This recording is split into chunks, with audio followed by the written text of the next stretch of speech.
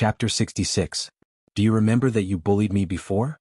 Jiang Zhulu had once boasted that he was a pervert in front of Jing Jing, but he was still stumped by this pervert's question.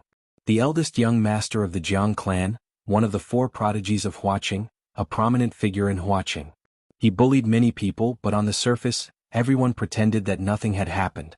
Wasn't it just a matter of stabbing each other in the dark when one was wandering in Jianghu?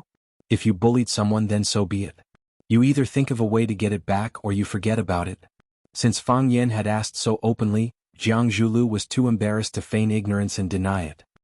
He stared sharply at Fang Yan and said, "Fang Yan?" "That's me." Fang Yan smiled. It was as if Jiang Zhulu not denying it immediately was something to be happy about. "Do you remember now? You got people to bully me. They wanted to beat me, kick me out of school and ruin my reputation." Jiang Zhulu smiled and said, "If you really are that Fang Yan, then that's true. I did bully you." "That's too unreasonable," Fang Yan said. "I didn't offend you, so how can you bully people as you please?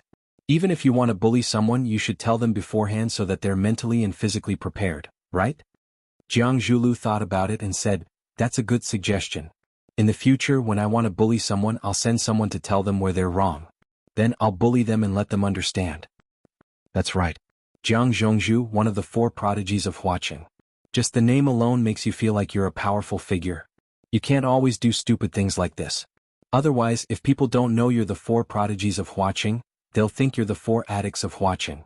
Don't you know? Jiang Zhulu sized up the audacious guy in front of him with interest and said, "You've offended four people with that sentence. Plus, there are countless important people standing behind these four people. In other words, you've offended the entire Huaqing." "I've read a lot, you can't lie to me." Fang Yan quickly defended himself. "I didn't offend them. I was protecting them. Think about it, you and the other three were named the four prodigies of Huaqing at the same time. In the end, not only did one of the prodigies fail to show off, but he also kept tarnishing the reputation of the prodigies. When everyone saw this, they would think that the other three were the same kind of trash as this guy. Wouldn't they be looking down on the other three as well? I'm reminding you to be careful in order to polish the reputation of Flower City's four prodigies." What was that saying again? "I'm not afraid of a godlike opponent, but I'm afraid of a pig-like teammate." Don't be angry, I'm not talking about you. You are much stronger than a pig. Just a metaphor. Think about it, isn't it? That really is the case. Jiang Zhulu smiled. That's why I have to do less stupid things and do more smart things. Cut the Gordian knot with a swift knife, cut the stinky tofu with a swift knife. This is the only way to keep the mess in order, and the stinky tofu won't have a chance to stink. You see, we really hit it off at first sight. You agree with everything I say, and every word you say goes straight to the bottom of my heart. Fang Yan had the excitement of meeting a bosom friend. Let me slap you twice, and from today onwards, we will be good brothers with no secrets. How about that? What kind of person was Jiang Zhulu? How could he let others slap him twice? If someone else said this to him, Jiang Zhulu would immediately jump down and slap them twice. Since Fang Yan said this, it wasn't something that could be resolved with 2 slaps. Seeing that Jiang Zhulu didn't reply, Fang Yan explained, "Actually, I want to be good friends with you right now, but you bullied me in the past. If I don't slap you twice, I will still feel a little uncomfortable in my heart. I can't get over this. If I slap you, we will bury the hatchet and let bygones be bygones. There will be no more barriers or grudges between us, and we will get along easily and happily. Am I right? What if I don't agree?" Jiang Zhulu had a gentle smile on his face, revealing the 2 charming dimples that were his trademark. "You don't cherish me as a friend," Fang Yan said. "Think about what you did to me. You let those hooligans hit me." Jiang Zhulu originally wanted to say that he didn't send those hooligans to provoke him, but was there a need for him to explain to Fang Yan? If he didn't explain, Fang Yan would naturally blame everything on him out of habit. "It's fine if they hit me, but they also came to the school gate to cause trouble. Then, they sent the screenshots of what happened in the bar to those reporters. What if those reporters hype this up? What will happen to me? I will be expelled from school, spurned by my parents, and attacked by the entire society. My reputation will be ruined and my future will be ruined. I didn't purposely exaggerate the truth, right?" "It's completely true." Jiang Zhulu nodded. "I return good for evil. I only want to slap you twice. No matter how you look at it, I'm the one who suffered a great loss. This request of mine is not too much, right?" "Not too much." Jiang Zhulu nodded again. "Then what other reason do you have to refuse?" Fang Yan said angrily. Because I don't want to be friends with you, Jiang Zhulu said with incomparable honesty. How could he be friends with someone like Fang Yan? That Fang Yan. How could he have the nerve to say that he wanted to be friends with him? Did he deserve it? Friends? What kind of relationship was a friend? What kind of identity could be a friend? Fang Yan felt a little hurt in his heart and said, "What do you think is bad about me? I don't think you're good at anything." That means my proposal is invalid. It seems so. We can't be friends? We can't be friends. Will you still bully me in the future? Jiang Zhulu didn't want to answer anymore.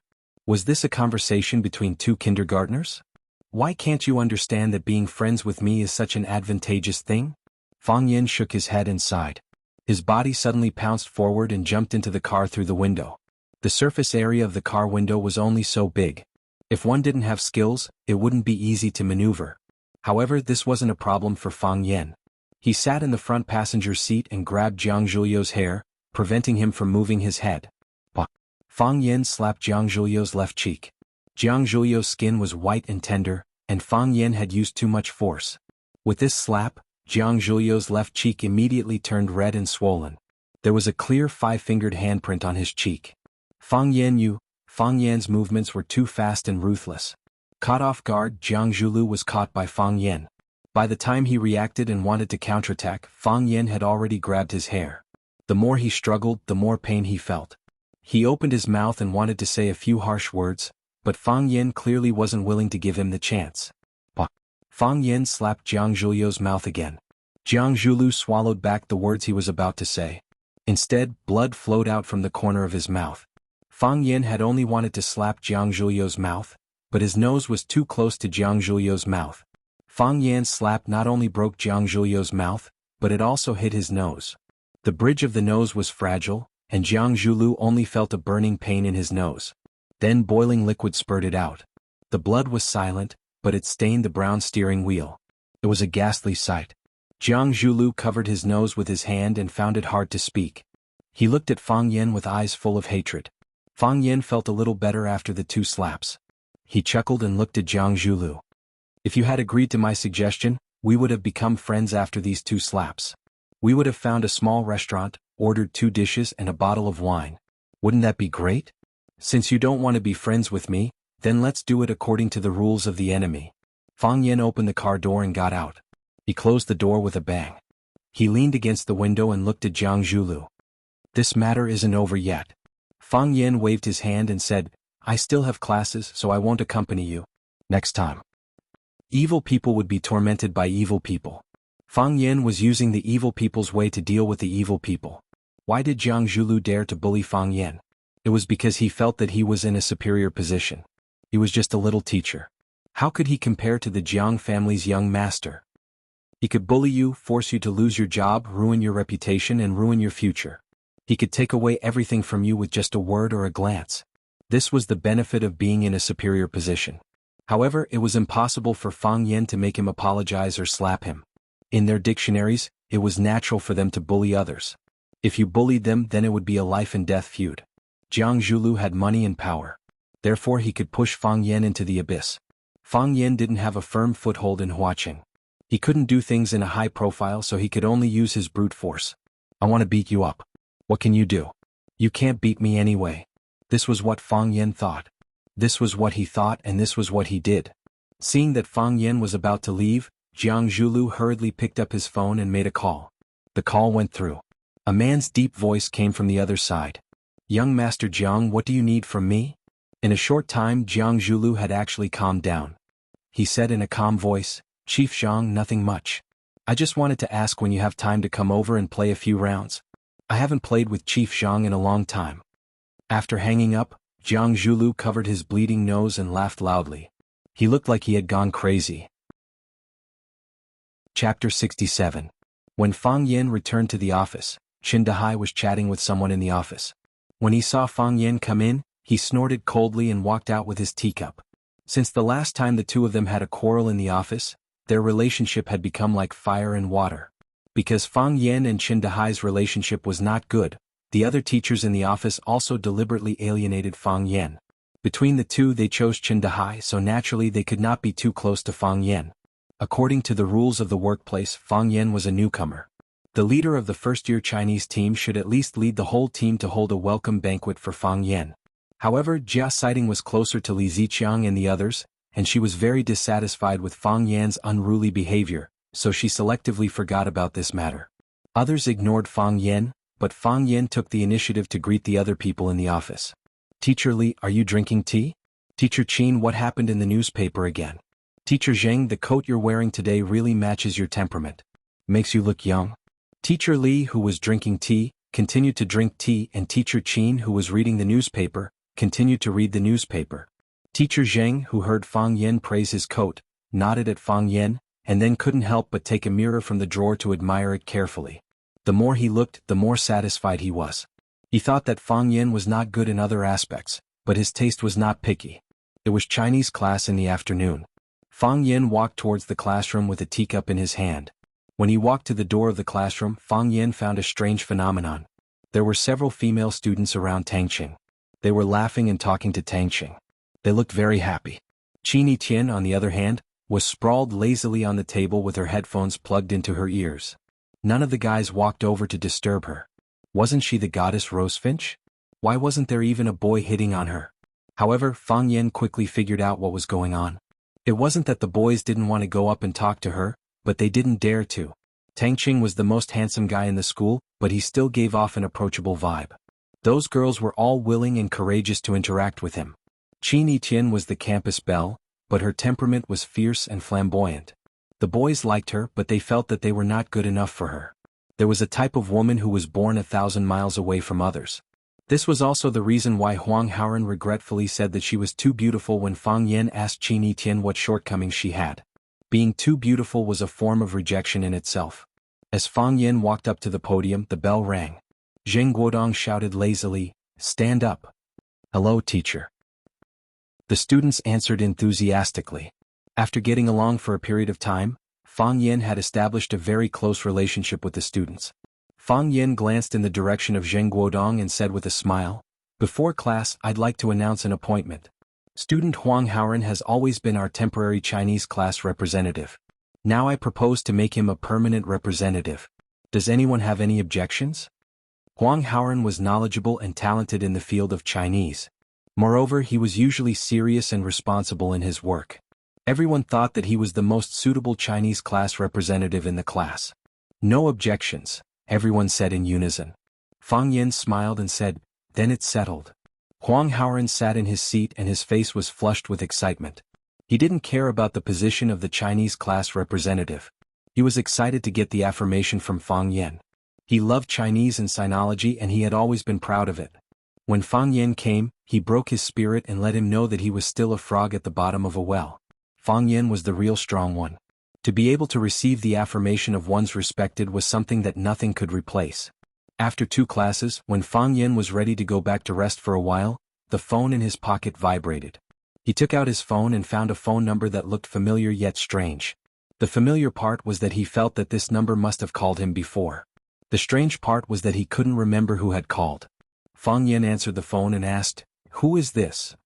"Mr. Fang, this is Xiaoming. Principal Lu asked you to go to her office."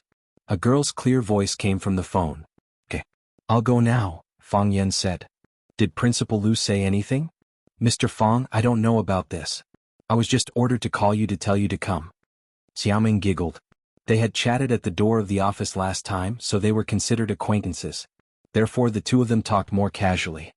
"See you in a while," Fang Yan said. After hanging up the phone, Fang Yan didn't go back to his office. Instead, he went directly to the administrative building where Lu Chaoga's office was located.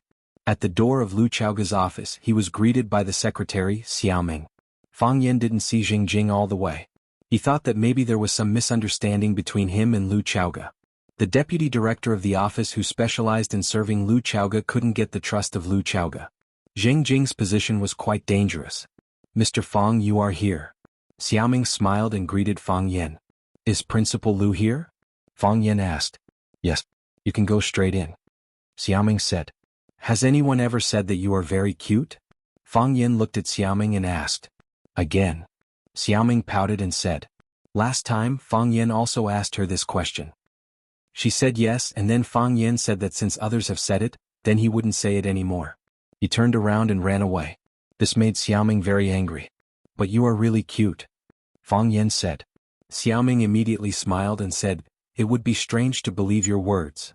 After a few jokes, Fang Yan and Xiaoming waved their hands, pushed the door and walked into Lu Chaoga's office. There was music in Lu Chaoga's office, a very soothing lyrical song. Used to practicing that song in the palm of your hand, used to having your fingertips gently follow, and you are no longer in the song, you are still living in the memory. The more I want to forget, the more I will remember how happy I am with you. Lu Chaoga stood in front of the windowsill trimming the potted plants.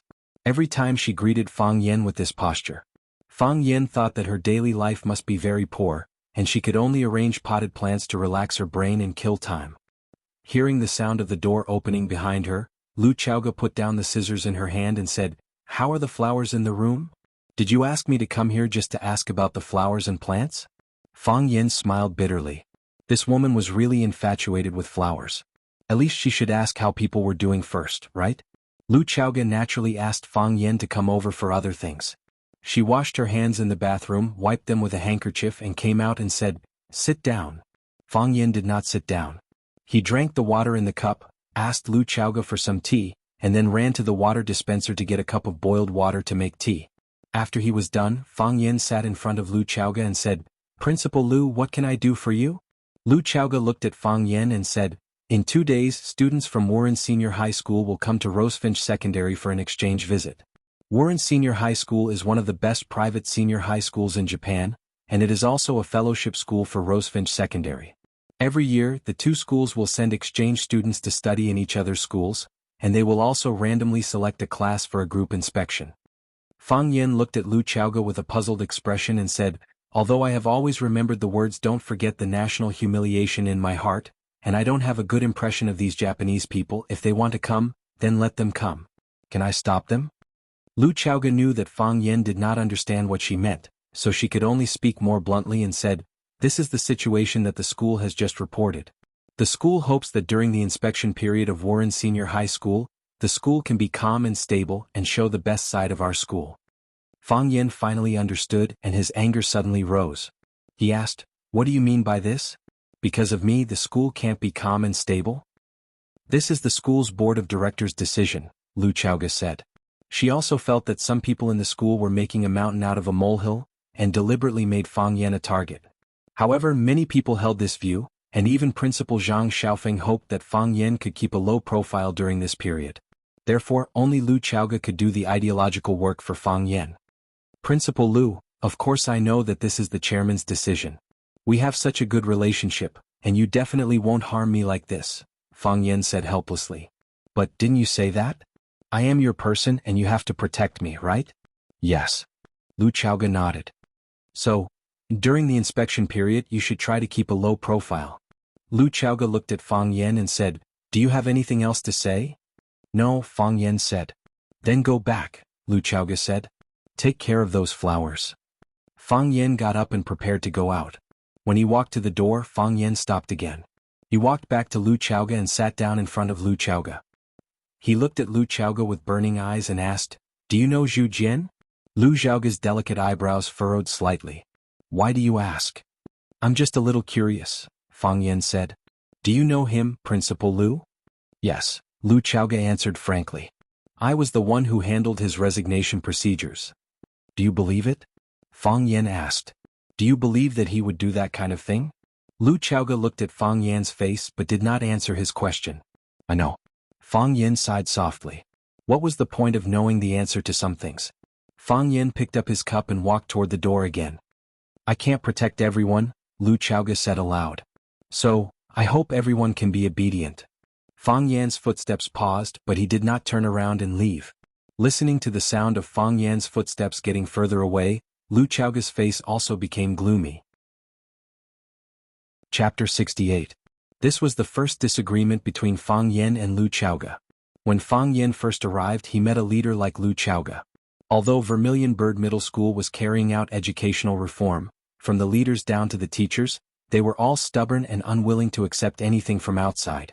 Lu Chaoga wanted to break the stalemate, but she couldn't find a suitable breakthrough point. The arrival of Fang Yan and the series of things he did gave Lu Chaoga an opportunity. The two of them didn't communicate, but they maintained a tacit understanding. One of them fought in the front, and the other provided ammunition and logistical support. They cooperated well, and it could even be said that they were telepathic. Fang Yen was respectful and casual to Lu Chaoga, and Lu Chaoga admired Fang Yen, but she couldn't do anything about it. Lu Chaoga knew about Zhu Jian, and she also suspected that there was more to it than meets the eye. However, in the face of conclusive evidence, she chose to compromise and remain silent. Fang Yen could understand why Lu Chaoga made such a decision. It was just like when he was blackmailed by the media and Li Ziqiang and others to expel him from the school. She chose to give in. She had her own position, and her first priority was to ensure her own safety. It could be forgiven, but there would always be some grudges in her heart. Lu Chaoga knew about this before, but she didn't help Zhu Jian. So, Fang Yan's plan to start with Lu Chaoga had to be changed. Without Lu Chaoga's help, it would be much more difficult to get justice for Zhu Jian. Fang Yan thought as he walked to the teacher's living area with a cup of tea. He had now settled in Lu Chaoga's courtyard.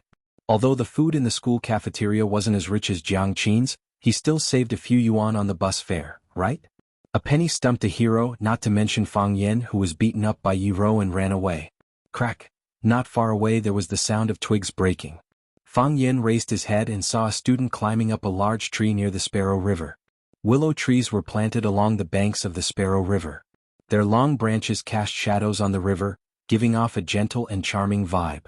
This was also why when Fang Yan led his students to the riverside to learn the poem, Farewell to Cambridge Again, they could recite sentences like, "The golden willows by the riverside are the bride in the setting sun to the willows." However, a large area of green belts and both sides of the forest paths were planted with large-leaf parasol trees. These wudong trees all had a history of more than 10 years. Some of the older ones were even dozens of years or even hundreds of years old. These parasol trees were tall and big, with lush branches and leaves.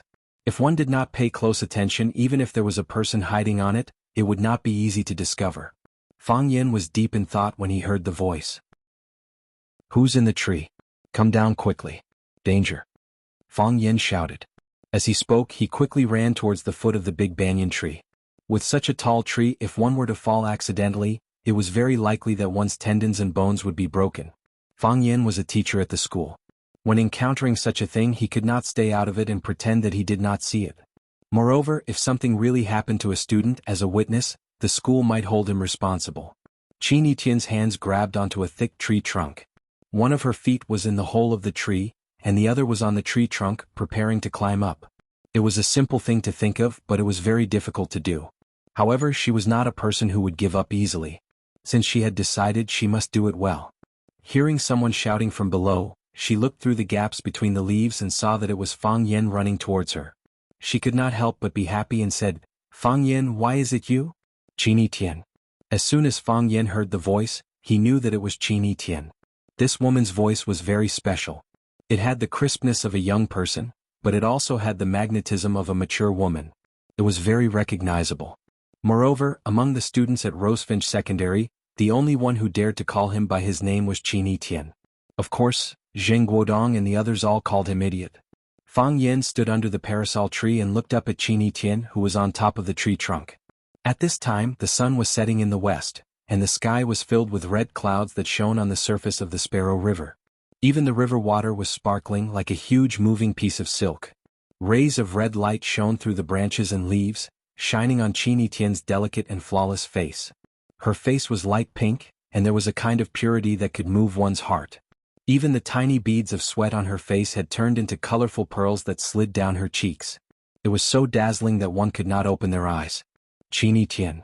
Fang Yan gritted his teeth and shouted. "Why are you running up the tree? Come down quickly.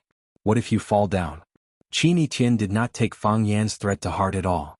She used all her strength to climb up and giggled, saying, "If I fall down, you can catch me." "Why should I catch you?" Fang Yan said angrily. "Come down yourself. Don't blame me for not reminding you." "Because I'm your student," Qin Yitian said. "And also your admirer."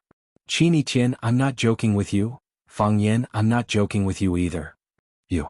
Fang Yan really did not know what to do with this woman.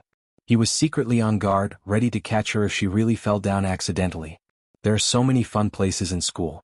Why are you climbing up the tree? Trees are fun too. Qin Yitian took another step forward and finally stood on the largest horizontal branch at the top of the tree. She stood there and looked down at the Sparrow River. The red sunlight gilded her body with a rich layer of gold. She squinted her eyes and smiled, saying, "Fang Yen, the Sparrow River on the tree is even more enchanting."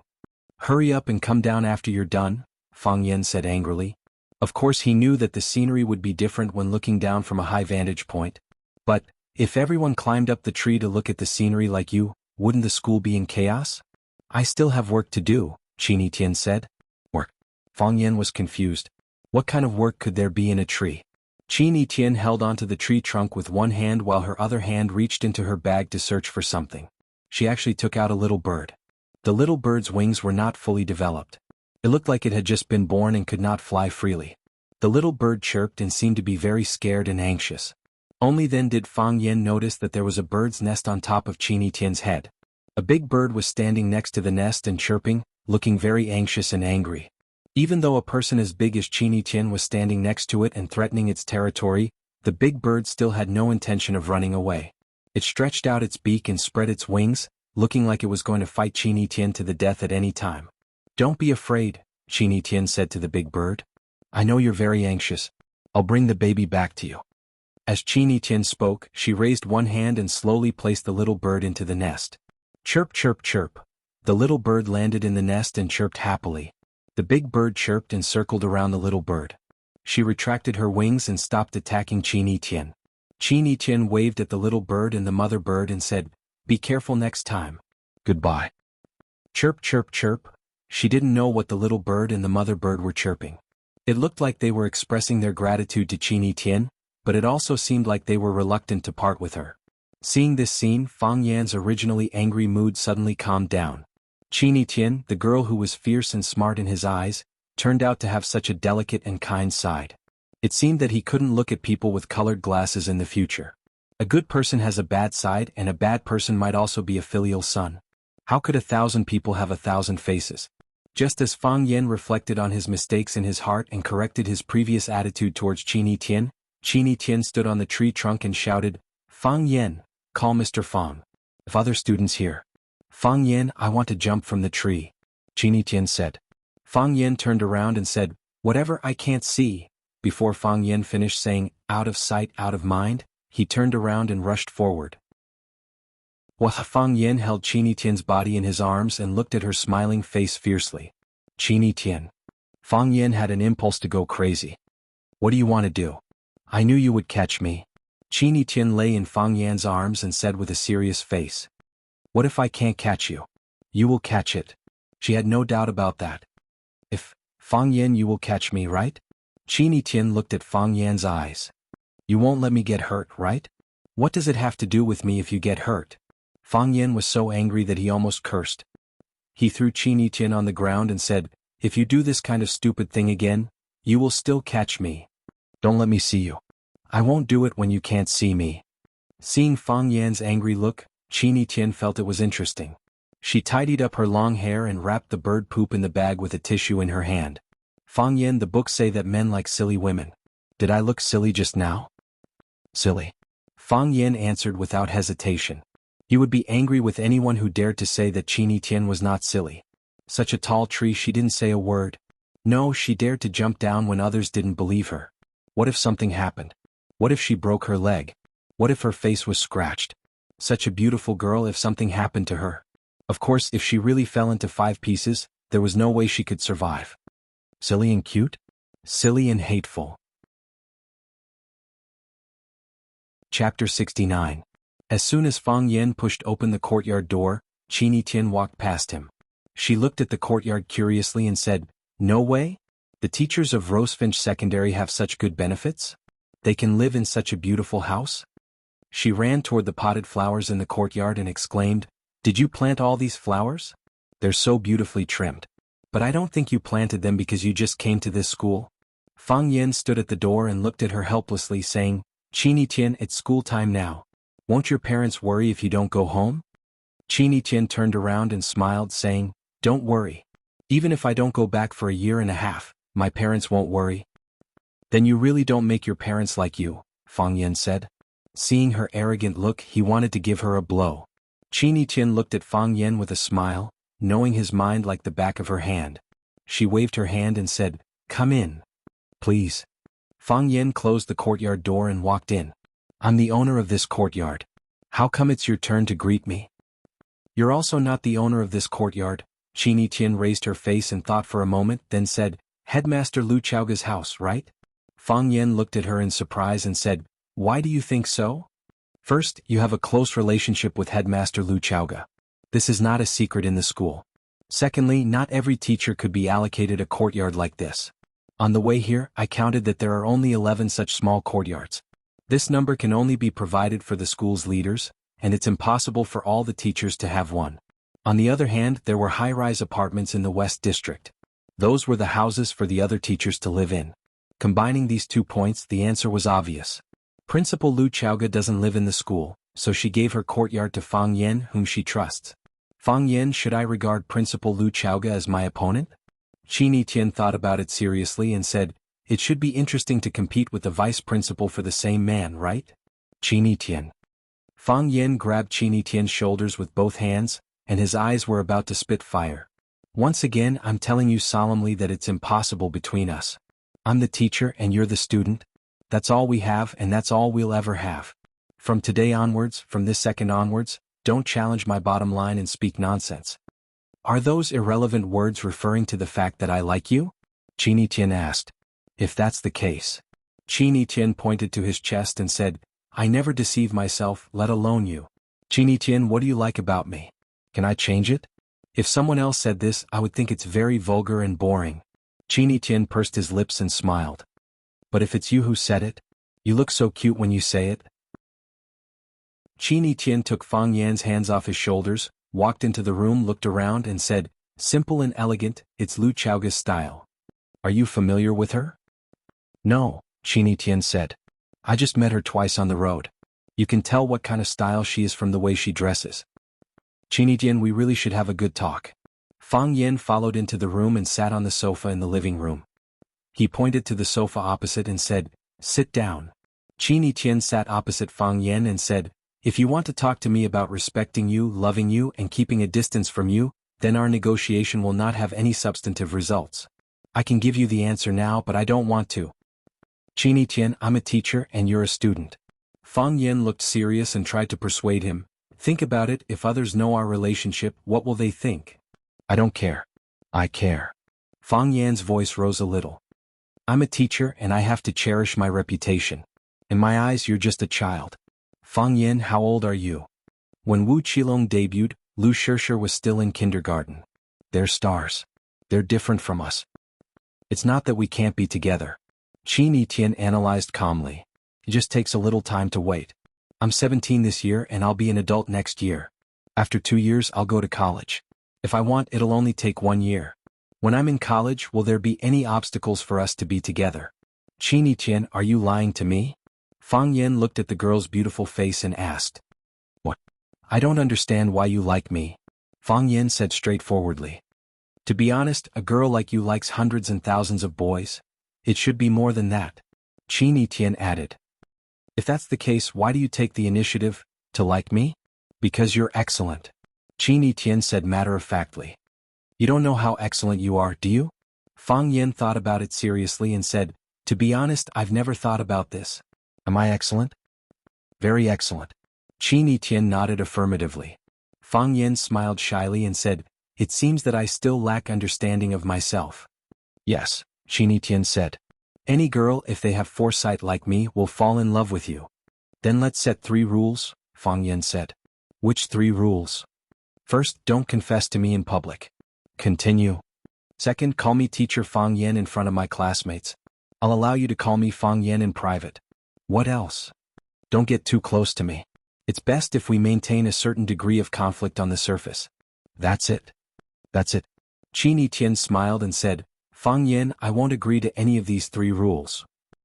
Fang Yen was hurt. He felt that he had wasted half a day talking. Fang Yen, do you know why I'm sure you'll catch me? I don't know. I'm also sure of one thing. You'll definitely like me. Qin Dehai stood on the podium and glanced at the students in a dignified manner. He said, I'm satisfied with everyone's recent performance. But some students, you must pay attention. Huang Haoran, did you talk to your classmates in class? Teacher, I didn't. Huang Haoran's face turned red as he stood up and said, "Being criticized by the teacher in front of everyone made this student, who had an extremely high self-esteem, feel very uncomfortable." "No? Then did my eyes deceive me?" Qin Dahai shouted angrily. "In the second history class this morning I saw you talking to your desk mate in a low voice. You dare to deny it?" Teacher Duan, let us discuss freely." "Excuses." Qin Dahai didn't believe Huang Haoran's words at all, and he didn't want to believe it. "I tried to entice you but you refused. You even ran to the school leaders to complain about me. Do you think you're so great because you have Fang Yan to protect you? If he can make you the temporary representative of the Chinese class, I can wipe you off the list as well. Pay attention in the future. If I find you talking in class again, I'll deduct your conduct points." Huang Haoran was full of grievances, but he couldn't refute it. Because he did talk in class. Even if this lawsuit went to the sky, Qin Dahai was still in the right. Qin Dahai was very satisfied with his performance of killing the chicken to warn the monkey. He said, "When the school just started, we weren't familiar with each other. I only temporarily appointed the class leader and the class representative for each class. Now, everyone has been together for a long time, and we have a preliminary understanding of each other. So, I'm going to use the time of one class to choose a trustworthy student cadre." Qin Dahai's eyes paused on Zheng Guodong for a moment and said, "Of course, the previously appointed students have selflessly served all of us for a long time. If we rashly choose a newcomer, it'll be unfair to the previous students. So, I think we'll make it simple. It'll still be the previous students. If everyone thinks their work is okay and everyone is satisfied with them, then they'll stay. If everyone isn't satisfied with this student's work, then we'll choose a new student to replace them." Qin Dahai had his own selfish reasons for doing this. He knew what kind of person Zheng Guodong was, and he also knew that the students in the class didn't like Zheng Guodong. If they voted, it would be difficult for Zheng Guodong to stay. However, if he easily removed Zheng Guodong's position as the class representative, Zheng Guodong wouldn't be satisfied, and it wouldn't look good for Zheng Tiancheng's school director's face either. It would be extremely advantageous for Zheng Guodong if he implemented a custom-made arrangement. Zheng Guodong was the only candidate for the class representative. If the majority of people weren't satisfied, then they would vote to choose a new class representative. With Zheng Guodong's power in the class, there probably wouldn't be many people who dared to stand up and oppose Zheng Guodong to stay as the class representative. Qin Dahai smiled and said, "Okay. Then let's first vote on the class representative. Students who agree that Zheng Guodong should continue to be the class representative, raise your hands." Except for Li Yang and Qin Tao who were beside Zheng Guodong, everyone else lowered their heads in silence. Zheng Guodong's face was ugly, and his heart was filled with anger. He thought to himself, "I have to find a chance to deal with you guys who don't listen." Qin Dahai's face was also ugly, and at the same time he realized that he had said the wrong thing. He smiled dryly and said, "Maybe the students haven't thought about it clearly. I'll give everyone another chance to choose. Students who don't agree that Zheng Guodong should be the class representative, raise your hands." This time no one raised their hands. Qin Dahai was happy and said, "If no one objects, then Zheng Guodong will continue to be the class representative of our class, and continue to serve the students." Qin Yiqian left the table and walked to the podium. He glanced at the whole class and said, "Students who agree that Qin Yiqian should be the class representative, raise your hands." Wah! Countless arms were raised. God said, "Let there be light," so there was light in the world. Qin Yiqian said, "I want to be the class representative," so she became the class representative. Chapter 70. There was no emotional canvassing for votes, no campaign speech. Qin Yiqian wanted the class monitor, so she became the class monitor. The muscles on Qin Dahai's face kept twitching as he watched the audience raise their hands in unison. When he saw his sons Qin Tao and Li Yang in the back row also raise their hands in agreement, his heart felt like it was trampled by 10 million wild horses. "These two idiots, why did you raise your hands?" The only student who didn't raise his hand was Zheng Guodong. Zheng Guodong knew that he was not popular in the class and everyone didn't like him. However, they didn't like him and they were afraid of him. According to Qin Dahai's proposal, as long as no one stood up to oppose in public, then the position of the class monitor could only be him. Whether they were willing or not, they couldn't change this fact. Just as he was thinking about this, Qin Yiqian rushed to the podium. Then there was no future he wanted. Zheng Guodong saw Li Yang and Qin Tao sitting next to him also raise their hands. He didn't care that it was in class, so he slapped Li Yang's head and scolded, "Asshole, who told you to raise your hand?" Li Yang saw Zheng Guodong's angry expression, and his body trembled. He quickly withdrew his arm and apologized. "Boss, I accidentally raised my hand wrong." Qin Tao saw Li Yang was beaten and quickly put his arm down. He explained, "I saw them all raise their hands so I was excited and raised them, idiot." Zheng Guodong scolded, gnashing his teeth. At this point, it was impossible for Qin Dahai to force Zheng Guodong to stay. He glanced at Qin Yitian who was standing next to him and felt that he was taller than him. He couldn't do anything about this campus celebrity and said, "Qin Yitian took the initiative to run for the position of the class monitor, which is praiseworthy. Are there any other students who want to run for the position of the class monitor?" No one answered. Everyone looked at Qin Yitian with burning eyes. They did not want to compete with Qin Yitian. Qin Yitian wanted to be the class monitor, so they were willing to let her be the class monitor. What was a princess? What is a queen? That's what it is. No matter how strong her aura was, no matter how beautiful she was, everyone still loved her, cherished her, and gave her all their energy. Qin Dahai laughed dryly a few times and said, "It seems that Qin Yitian classmate has won everyone's expectations. Then Qin Yitian will be the class monitor. I hope that Qin Yitian will be diligent in the future. While serving the class well, you will also play a role model. I'm not running for the position because I think I'm the most suitable candidate." Qin Yitian's words were meant for Qin Dahai and the whole class to hear. "I just think I'm better than Zheng Guodong." Zheng Guodong's chest was stabbed again. "I can't be diligent and I can't be a role model. Even if I become the class monitor, I may still skip class and sleep and not hand in my homework. You may even suddenly find that I disappear for a few days, and there will be no change from before. Qin Yitian, we are willing to elect you as the class monitor. Yes, the last time we learned Rainy Alley, you wore high heels and walked over and over again.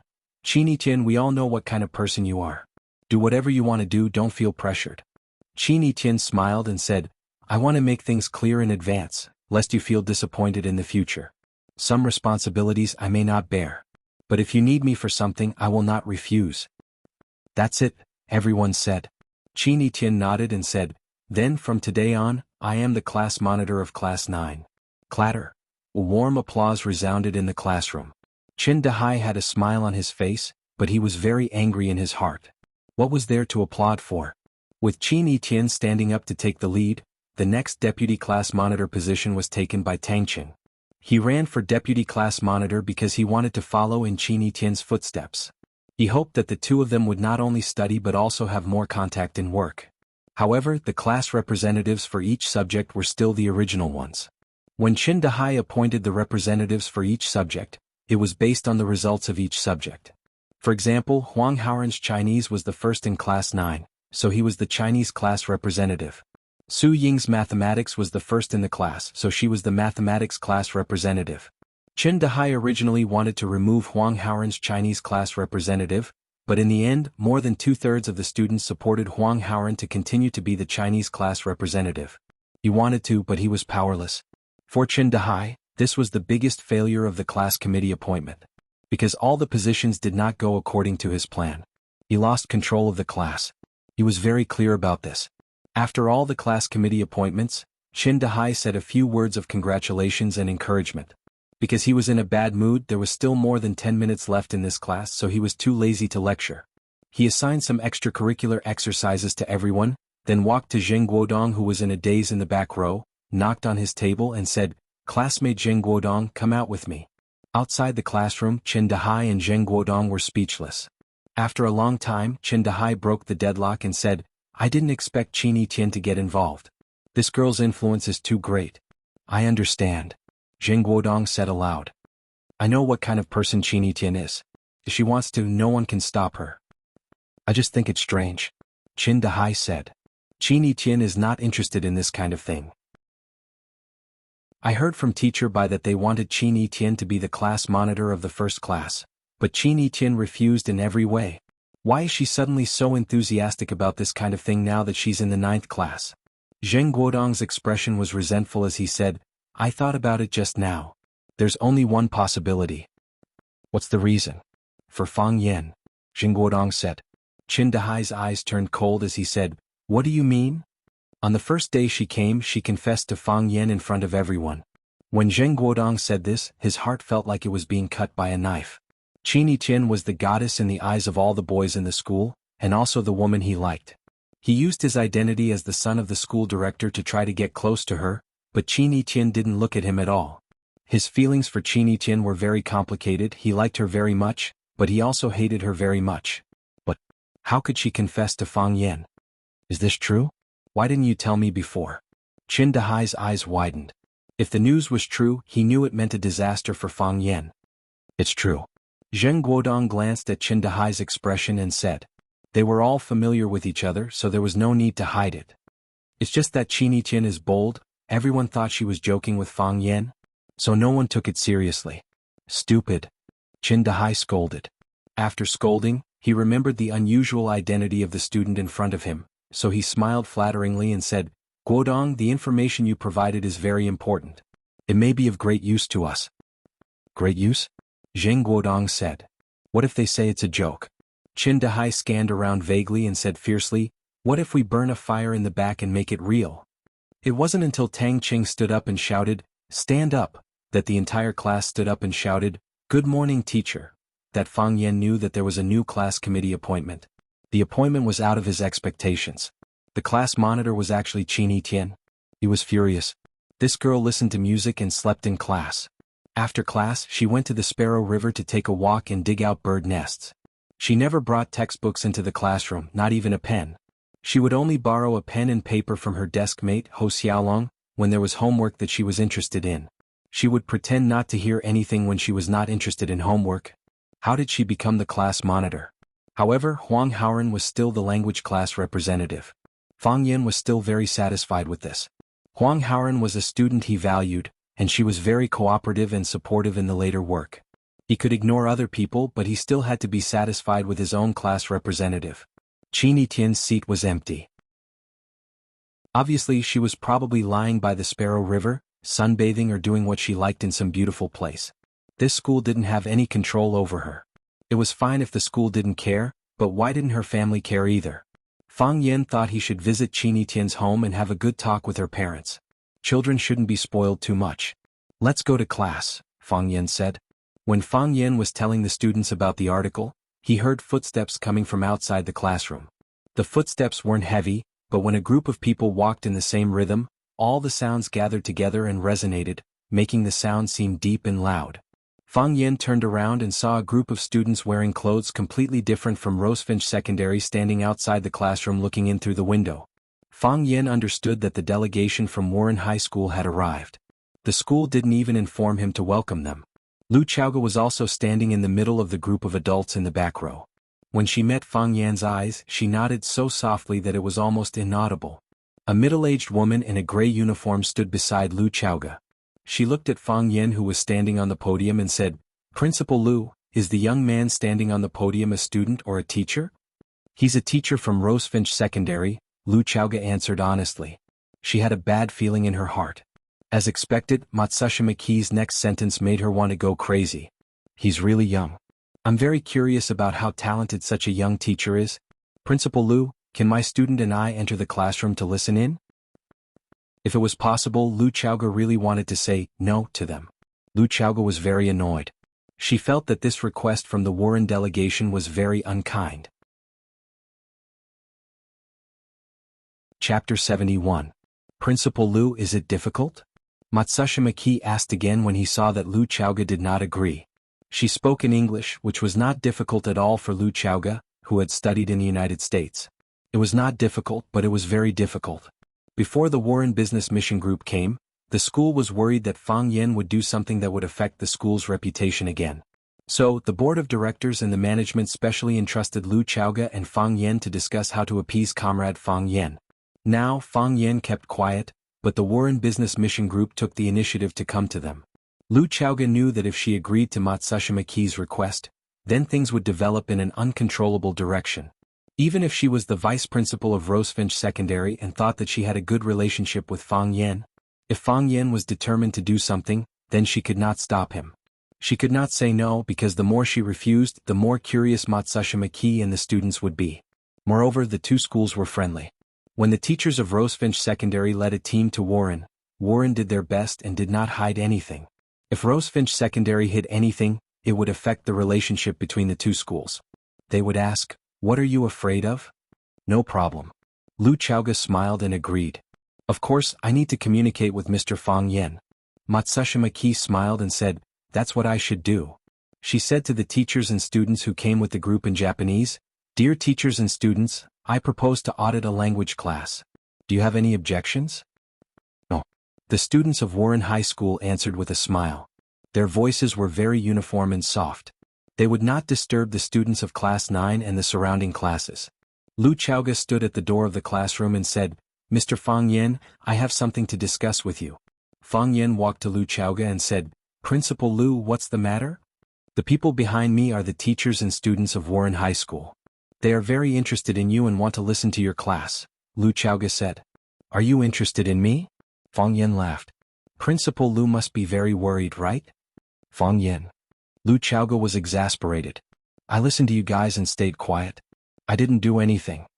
Fang Yen was ordered to stay quiet by the school, so he was holding back his anger. Now that he had the opportunity, he naturally wouldn't give up so easily. Although his sarcasm would only make Lu Chaoga and the others feel a little uncomfortable, but thinking of their discomfort, Fang Yen felt much better. After all, Lu Chaoga represented Rosefinch Secondary before and now. Now they're taking the initiative to look for trouble. They're not looking for trouble, they're just listening. Lu Chaoga ignored Fang Yan's poisonous tongue and said aloud, "I understand." Fang Yan nodded. "But if something happens, I won't be responsible." "What will happen?" "I'm so handsome, what if their teachers or students confess to me?" "You're thinking too much." Lu Chaoga didn't want to talk to Fang Yan anymore. Matsushima Ki and the others were still waiting for them. Although Matsushima Ki didn't speak the Wuxia language well, there were many translators in the delegation who were proficient in the Wuxia language. Because of the long-term exchange between the two schools, some students were also very familiar with the Wuxia language. If they heard the conversation between the two, it would be such a shameful thing. "It's decided. Make the arrangements." Lu Chaoga turned around and walked to Matsushima Ki. She said, "Mr. Fang Yen said that he welcomes the delegation from Warren to come and listen." "Thank you," Matsushima Ki said.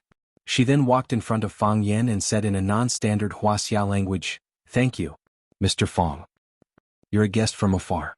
Fang Yen smiled. He made an inviting gesture and said, "Please come in." There were 20 students in the delegation from Warren. Including Matsushima Ki and the other 4 teachers, there were a total of 25 people. Since Matsushima Ki was the vice principal of Warren Senior High School, according to the principle of reciprocity, the vice principal of Rosefinch Secondary, Lu Chaoga was in charge of all the reception work. There were more than 30 people in the classroom all of a sudden, so the tables and chairs were definitely not enough. Fang Yen thought about it and said, "Male students, can you give up your chairs and let the ladies use them?" "There's no need." Matsushima Ki heard Fang Yan's words clearly and stopped him. He said, "We're just here to listen. We can't disturb the students in class. We can just stand at the back." Fang Yen smiled and said, "You have your ideas and we have our ways. Wuxia is a country of etiquette that has been around for thousands of years. Wuxia men are also brave and generous gentlemen. How can we sit and let our guests from afar stand?" The boys immediately responded.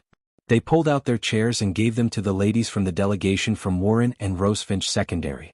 Matsushima Ki couldn't help but look at Fang Yen in a higher light. He thought to himself, regardless of whether this young teacher is talented or not, he's very good at dealing with people. Due to historical reasons, the citizens of Wuxia and Japan had always been conflicted. Fang Yen asked the students to give up their seats because they were guests from afar. In addition, he especially pointed out that all Chinese men were brave and generous gentlemen, and he put bravery in front of generosity. The subtext was that when we should beat you up, we will still beat you up, but when we pay attention to etiquette, we will not be looked down upon. These guests from Japan were very self-disciplined. The girls who got their seats automatically walked toward the aisles and lined up one by one. The boys who didn't have chairs stood side by the wall according to their height. They didn't say a word and had a proper attitude, as if they had undergone special training. After everyone settled down, Fang Yen continued his lecture. He said, "There's a saying that goes, the beauty of knowledge lies in confusing people. The beauty of poetry lies in inciting men and women to have an affair. This is a joke, but it can also be a fact. Why is it said that poetry can incite men and women to have an affair? It's because it's subtle and obscure, and it makes people's hearts skip a beat. It can shock the spirit and soul, and it blends in with the vicissitudes of society. Fang Yin looked at the students in the audience and said with a smile, "At your age, have you ever been moved by a love poem? Conquered by a poem? Have you ever thought of writing a love poem for the person you like? I don't need you to answer this question. I know there will be." The students in the audience laughed out loud. At their best age, meeting the most beautiful you, how could they be willing to be mediocre and refuse to confess? They fantasized about love, seeing it as the most important possession in life. They were willing to do all kinds of crazy things for their other half. Fighting with their love rivals in the bar, riding motorcycles on the road until late at night, sitting in the park on a winter night, not willing to part even if it was freezing, saving half a year's worth of pocket money just to buy the birthday gift that the other person liked, holding hands and walking through street after street without buying anything. They might find it a little stupid when they were adults, but now, when they thought of these things, they felt sweet to their bones. Youth was like poetry, and they used their youth to write poems. Since ancient times, our predecessors have left us a rich treasure trove of poems. Fang Yin scanned the audience and recited with a voice full of emotion, "Tearful eyes ask flowers, flowers do not speak, chaotic red flies over the swing. Tender like water, a good night is like a dream, enduring the road back to the Magpie Bridge. If love lasts for a long time, how can we stay together day and night? I live at the head of the Yangtze River, you live at the tail, thinking of you every day but not seeing you, drinking the water of the Yangtze River together. It's vivid thousands of years later, as if there's still a beautiful scene before us." Fang Yin looked at the students in the audience with a smile and said, "What's your favorite poem? Or which one?" 10 Years of Life and Death, Not Thinking, Naturally Unforgettable, a student answered. Searching for him in the crowd for thousands of times, suddenly looking back, that person is there, in the dimly lit place, another person answered. Flowers drift and water flow, a kind of lovesickness, two kinds of idle worries. Every student had the most beautiful poem in their heart, so everyone answered very enthusiastically. Chini Chin skipped class and was not around. More than 30 of the 40 students in class 9 answered this question. Matsushima Ki saw this and nodded to himself, thinking that the teacher's lecture was not boring and could stimulate the students to participate. This young teacher did a good job. Some of the students understood the Wuxia language and could directly feel the beauty of the poems that Fang Yin spoke. There were also some students who did not speak the Wuxia language well, so they could only rely on translators to help. Of course, although the translators knew how to translate the language, they were limited by their level of education or did not have a deep understanding of the poem, so the effect of translating into Japanese was naturally greatly reduced. When the class was about to end, Fang Yin allowed the students to ask questions freely. A middle-aged man with sparse hair stepped forward and spoke in fluent Wuxia language. "Teacher, hello. I am Saburo Fujino, a national studies teacher at Warren University. Just now, when I heard the beauty of your poems, my heart was greatly shaken. Wuxia culture has a long history. Poems from the Tang and Song dynasties can be heard in any corner of the world. What I don't understand is, the Wuxia people have so many years of culture and history and have produced so many outstanding sages. Why is there such a strange saying now?" "What is it?" Fang Yin asked with a smile. "The troublemaker is here?" With this thought in mind, he subconsciously glanced at Lu Chaoga, who was sitting in the back row. The culture of the Tang dynasty is in Japan, the culture of the Ming dynasty is in South Korea, and the culture of the Republic of China is in Taiwan, Saburo Fujino said with a smile as he adjusted his glasses. "Why is there such a saying? Could it be that the people of Wuxia are unwilling to inherit the excellent culture left behind by their ancestors?" Chapter 72. There is a saying among the people, if you want to learn about the Tang culture, you can go to Japan. If you want to learn about the Song culture, you can go to Korea. If you want to learn about the Yuan culture, you can go to Mongolia. If you want to learn about the Ming culture, you can go to Myanmar. If you want to learn about the Qing culture, you can go to Hong Kong. If you want to learn about the Republic culture, you can go to Taiwan. The meaning is that the essence of the Tang culture was inherited by Japan, the essence of the Song culture was inherited by Korea, and the essence of the Republic culture was inherited by Taiwan. So, what did the people of Wuxia inherit? When it comes to foreign cultures, we must take the essence and discard the dregs. However, when it comes to the cultural heritage of their own country, some people do the opposite, taking the dregs and discarding the essence. It is precisely because some people have forgotten their roots that the people of Wuxia are often looked down upon and ridiculed by foreigners. Saburo Fujino is an expert in the field of Wuxia culture. Naturally, he agreed with this saying. Thus, he raised this question to Fang Yan in front of everyone. He had the intention of making a fool out of Fang Yan. You are a teacher of language, or rather, national studies. Your poems are so beautiful and your knowledge is so rich. So, why is there such a saying? The essence of Wuxia culture can only be appreciated in other countries. Isn't this a great irony? I have also heard of this saying. Fang Yan said calmly. There are some things that are useless to deny. It will only show that the person is shallow and stupid. Since Mr. Fujino is a researcher in the field of Wuxia culture, you must have heard of this saying. Wherever there is well water, there is Lu Ci. Yes, I know the origin of this saying. Saburo Fujino smiled and nodded. This is a description of a poet from Wuxia called Lu Sandian. His works are widely spread. Wherever there is well water, you can hear Lu Ci being sung. I have to say the ancient culture of Wuxia is indeed profound and makes people yearn for it. Saburo Fujino's words had a hidden meaning. He only said that the ancient culture of Wuxia is profound and makes people yearn for it. However, what kind of culture does the current Wuxia have that makes people yearn for it? Fang Yan naturally understood the deeper meaning behind his words. He smiled and continued, Mr. Fujino has heard of the saying, wherever there is water, there will be willows. Do you know that there is another saying behind this saying? Saburo Fujino knew that Fang Yan would refute his point of view, but Fang Yan did not make it clear. He could only shake his head and say, I don't know for the time being. Wherever there is human habitation, there is Wuxia civilization. The culture of the Tang dynasty was in Japan, while the culture of the Ming dynasty was in South Korea. This just happened to show that the Wuxia culture was well passed down, and the whole world was learning and recognizing it. The culture of Wuxia belongs to the country as well as the world.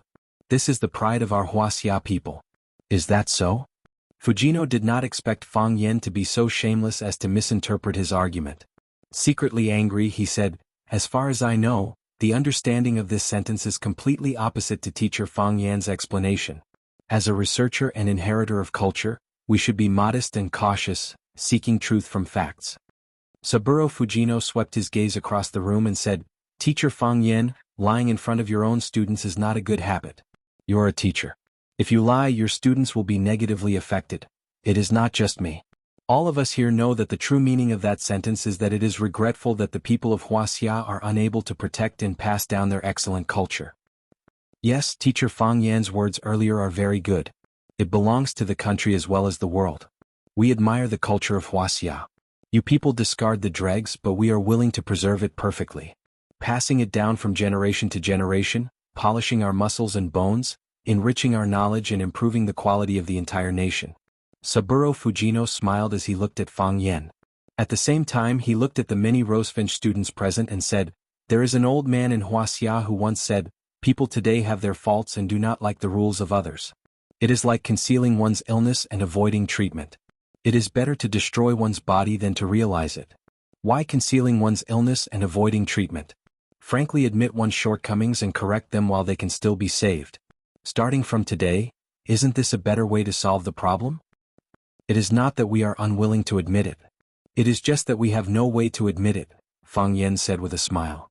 Mr. Fujino Saburo, you keep putting labels on us and telling us that what you say is the truth. However, is the situation really as Mr. Fujino Saburo said? I have doubts in my heart and so do my students. Why do people think that the essence of the Tang dynasty's culture was inherited by the Japanese and the essence of the Song dynasty's culture was inherited by South Korea? Fang Yan's expression was gentle and his voice was calm. There was a faint smile on his face as he said, Since Saburo Fujino is an expert in Wuxia, then you must have heard of such a fairy tale, right? In an abandoned well there lived a frog. One day the frog met a large turtle from the East China Sea by the well. The frog proudly boasted to the turtle, Look, I am living here comfortably. If I was in a good mood, I would jump and play in the well, and when I was tired, I would rest in the cave on the wall of the well. Sometimes a comfortable dip in the water, sometimes a pleasant walk in the mud. Look at those little worms, crabs, and tadpoles. Which of them can compare to me? How free I am to occupy this abandoned well all by myself. Why don't you go down the well and have a look around? The sea turtle didn't take the frog's invitation seriously and said, Have you ever seen the sea? The vastness of the sea was more than 1,000 miles. The depth of the sea was more than 10,000 feet. The well could dry up, but the sea never had an end. I prefer to live in the sea because that is the real world. You sit in the well all day, how can you know the vastness of the world? After Fang Yin finished his story, the classroom became lively. The students of Class 9 were naturally excited and overjoyed. When they heard Saburo Fujino attacking Huaxia's cultural heritage, they became unhappy. However, they could not stand out and object. This was because the Wu Ren delegation was a guest from afar. If they were too agitated, the school might punish them. However, Fang Yin was not afraid of the school's punishment. He also ignored the fact that the leaders of Rosefinch Secondary were right in front of him. He said what needed to be said and fought for what needed to be fought for. He wasn't cowardly, he didn't run away, he had a point of view, a story, and his words were sharp, making people feel comfortable.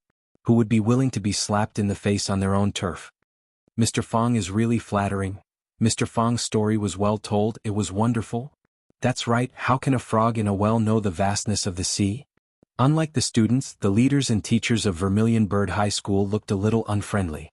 Jia Siding, the leader of the language team, whispered to the teacher beside him, "You don't know when to back off. How can you speak to a guest like that? I'm afraid things are going to get worse." That's right. If the guest gets angry and cancels the fellowship with Rosefinch Secondary, it will be a big loss of face. "Principal Liu, you have to stand up and say something." Liu Chaoga sat beside Matsushima Ki, expressionless and silent. If the students of Rosefinch Secondary reacted with joy and the teachers of Rosefinch panicked, then the representatives of Wu Ren delegation reacted with anger. Those who were familiar with the culture of Huaxia or could understand the language of Huaxia turned gloomy when they heard Fang Yan's story. This was a story of looking at the sky from the bottom of a well. In Fang Yan's words, they were the frogs sitting leisurely in the well. How could they accept such a verbal attack? After listening to the translation, some members of the delegation who did not understand the language of Huaxia looked at Fang Yan with hostility. This was a disgrace and an insult. Saburo Fujino's face turned extremely ugly and he said, "This is a very unfriendly act. If Rosefinch Secondary cannot give us an explanation, then we will immediately end our visit and sever all cooperation with Rosefinch Secondary. Also, we will ask for justice from Huaxia through the Japanese embassy." The classroom was noisy and the atmosphere was clearly divided into three opposing emotions. When Fang Yin was telling the story, he already knew the reactions of the various parties. He smiled and waved his hand saying, "Mr. Fujino, please do not be agitated. I was just telling a fairy tale. I did not say that you are the frogs at the bottom of the well. Please do not make such unnecessary associations. If you insist on putting yourself in this role, it will affect the friendship between the two schools. Then tell me, who is the frog at the bottom of the well?" Saburo Fujino asked in an evil tone. He thought to himself, if you care about the friendship between the two schools, you would not tell such an insulting fairy tale. "The frog at the bottom of the well is the frog at the bottom of the well," Fang Yen replied with a serious expression. "Mr. Fujino, why do you insist on chasing after this boring question? What we should focus on is who is the abandoned well and who is the sea." "Then I would like to ask, who is the abandoned well and who is the sea?" "Huaxia culture is naturally the sea," Fang Yen said. Saburo Fujino's chest felt stuffy and he felt as though he would faint on the spot.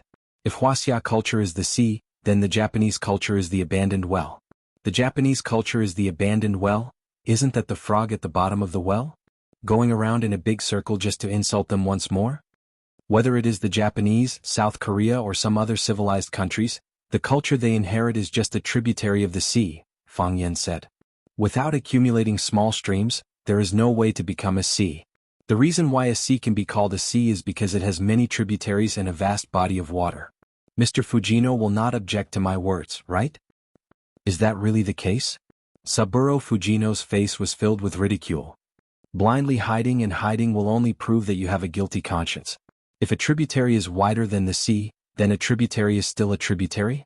The sea is still the sea? Regarding this question, you can turn a blind eye to it. However, you cannot stop the mouths of others in the eyes of the world. Fang Yen smiled and said, "Then what proof do you have to prove that a tributary is wider than the sea? Won't we know by comparing?" Saburo Fujino sneered. Chapter 73. Rosefinch Secondary and Warren Senior High School were on friendly terms. Every year they would send out representatives for a learning exchange. During the learning exchange, the students from both schools would also compete in small-scale competitions. For example, a speech competition, a quiz contest, sprinting and other physical fitness competitions. Thus, when Saburo Fujino proposed a competition, no one present was surprised. It was supposed to be a competition, just that someone had brought it forward. The problem was, if Fang Yen were to accept the challenge, would his class represent Rosefinch Secondary? Would Rosefinch Secondary be willing to be represented by Fang Yan's Class 9? In the past, it would be the top class that would send their students to participate in the reception. Compete in what? Oh. Fang Yen asked. Let's compete in tea ceremony, calligraphy, and fencing, Saburo Fujino said confidently. If we lose, then I will take back what I said earlier and apologize to you in front of everyone. All right. Then it is decided, Fang Yen said. When will it begin? No rush, Saburo Fujino sneered. This kid was too cunning. He had only mentioned how they would apologize if they lost, but not how they would be punished if they lost. If your side loses, then what? It is impossible for my side to lose, Fang Yen said, waving his hand. He felt that this was an impossible matter and not worth wasting time discussing. What if we lose? Saburo Fujino was once again filled with anger. Fang Yen was like an inflatable balloon. With just a few words and a few puffs, he was able to fill up this big balloon. Fang Yen thought about it and said, if my side loses, I will also apologize to you and admit that what you said about Tang Dynasty culture in East Asia is correct. It's a deal, Saburo said. Fang Yen rolled up his sleeves and asked, when will the competition begin? Should we compete in tea ceremony, calligraphy, or fencing? How about we start with fencing? Everyone likes to watch a good show. Let's have a good show first? Saburo Fujino saw that Fang Yen was about to fight and said, Teacher Fang Yen, what are you doing? It's not a competition between you and me. It's a competition between my students and your students. Whether the Wuxia culture can be passed on or not is not up to us teachers to decide. It's up to the future of these countries. Saburo Fujino pointed to the students from the two countries in the class and said, they are the witnesses and beneficiaries. Whether or not the Wuxia culture has been inherited, teacher is the most qualified to speak. If a teacher's ability was mediocre, how could he have the qualifications to impart knowledge to his students? You are a teacher and so am I. Why don't we just compete? Simple and direct. Fang Yen thought that if this kid agreed to spar with him, he would break his limbs first. Let's see how he could compete in tea ceremony and calligraphy. If you want to compete, then you and I will add another round. However, that will be after the competition between these students, Saburo Fujino said. He knew that Wuxia was someone who cared a lot about face. Thus, he would not be able to withstand being goaded. He sneered and said, Teacher Fang Yen, do you not have confidence in your students? Fang Yen looked at the students below the stage and asked, do you have confidence? Yes. The students of Class 9 roared. Their emotions were stirred up and their faces were filled with excitement. You see, Fang Yen smiled. They are full of confidence and so am I. Since Mr. Fujino has challenged us again and again, then we can only accept the challenge. Truth be told, I really do not want to do this. What? I have to bear the risk. If I lose, some people in the school will say that I, Fang Yen, am incompetent and want to kick me out. If I win, those who say that I am incompetent will think that I am destroying the relationship between the two schools and want to kick me out. Tell me, is it better for me to win or lose? Li Ziqiang, Jia Siding and the others felt a burning pain on their faces. They had already made up their minds. They would use this incident to find an excuse to kick this kid out. They did not expect that Fang Yen would not defeat his opponent. Instead, he would attack their faces from both sides. What do we Wuxia people care about? Peace is the most important. If my students win against your students, you will definitely be in a bad mood. You can't win in a competition, you can't win in a fight, you can't win in a fight. Come in a happy mood and leave in a sad mood. If you go back, others will think that we have done something to you. The winner has not been decided yet. I believe in my students, Saburo Fujino said. He thought to himself, why does this kid keep thinking about competing with me? Could it be that he is so knowledgeable that he has extraordinary talent? At that moment, the bell for the end of class rang. Even though the Japanese students were dissatisfied with Fang Yen, they still stood up politely and bowed in unison. You have worked hard. The Wu Rin inspection team lined up and left the classroom in an orderly manner. Matsushima Ki looked at Fang Yen with a thoughtful expression. From the beginning to the end, Lu Chaoga's face did not show any expression. No one could tell what her true attitude was. After all the outsiders had left, there were only the students of Class 9 left in the classroom. Fang Yen walked over and closed the classroom door. It was noisy outside the classroom, but inside the classroom, it was so quiet that one could hear a pin drop. The smile on Fang Yan's face gradually faded. He looked at the 40 students in the class with a serious expression and said, "What do you want to say?" Mr. Fang's rebuttal is good. It's a good rebuttal, Mr. Fang. Let's compete. Who's afraid of who? Will the sea be afraid of a small river? Just swallow them up. Fang Yan did not laugh. He looked at the students below the stage with a gentle gaze and said, "In front of the aliens, no matter what, I will not admit that what they said is right. They want to slap our faces, but should we also slap our own faces? I can't do that. Now that the door is closed, we are all on the same side. Let's seriously think about it and reflect on it. Why did such a saying spread? The culture of the Tang dynasty is in Japan, and the culture of the Song dynasty is in South Korea. Is it true that in some aspects they are really better than us? Do we really do our best? Do we really have a clear conscience? Times are developing, technology is advancing, we have gained a lot, we are becoming stronger and stronger. But aren't there a lot of precious things that we've thrown away? What does our country Wuxia have? We have agricultural culture, we have the 100 schools of thought, we have high mountain flowing water, Guangling Chu, we have calligraphy, painting, Tai Chi and 8 trigrams. We have the 12 zodiac signs, we have the Book of Songs, the Songs of Chu, and the Art of War. We have traditional festivals, we have Kunku Hunan Opera, Beijing Opera, Shadow Play and Huangmei Opera. We have the Great Wall, gardens and clock towers. We have traditional Chinese medicine, we have yin and yang, we have the 5 elements, we have paper-cut kites, clay figurines, embroidery, we have the 4 great inventions, cooking utensils, clothes and clothes. You can't imagine how rich we are.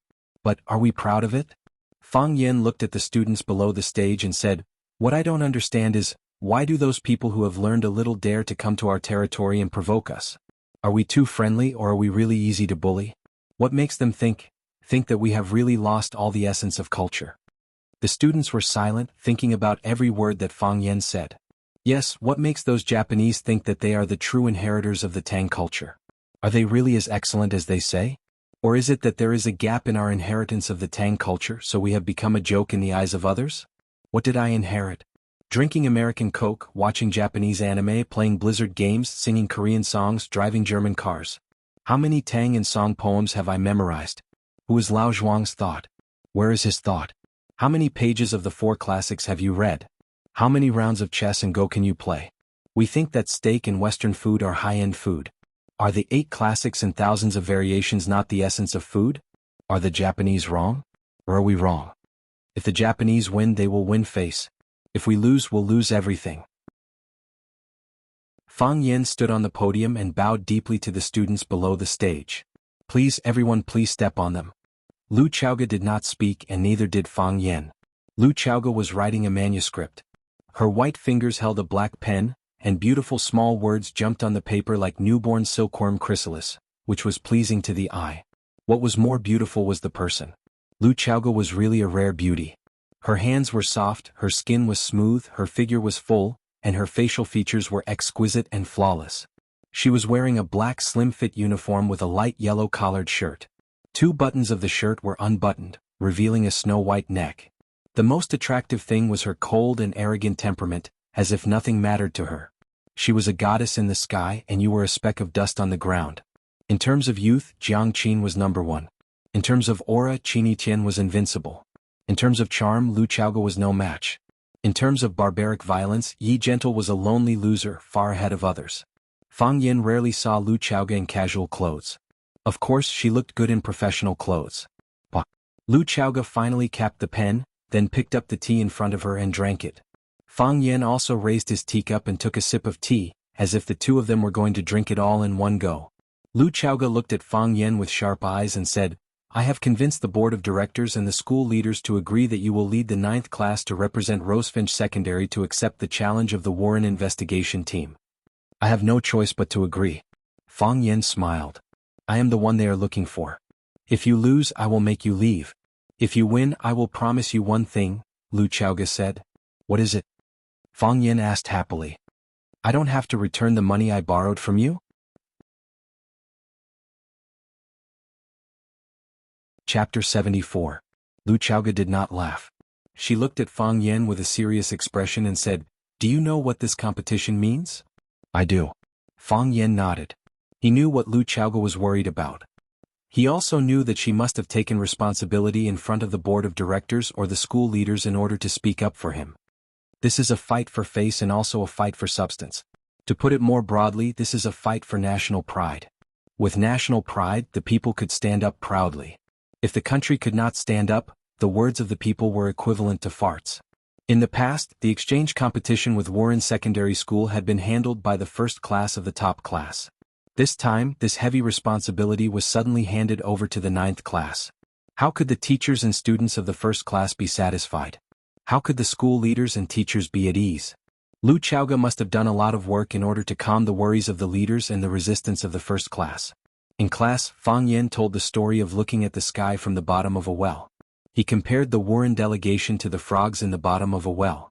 Although he did not say it very clearly, everyone was well aware of this kind of thing. According to the rules of friendship between the two parties, what Fang Yan said was actually out of line. It was suspected of damaging the relationship between the two schools.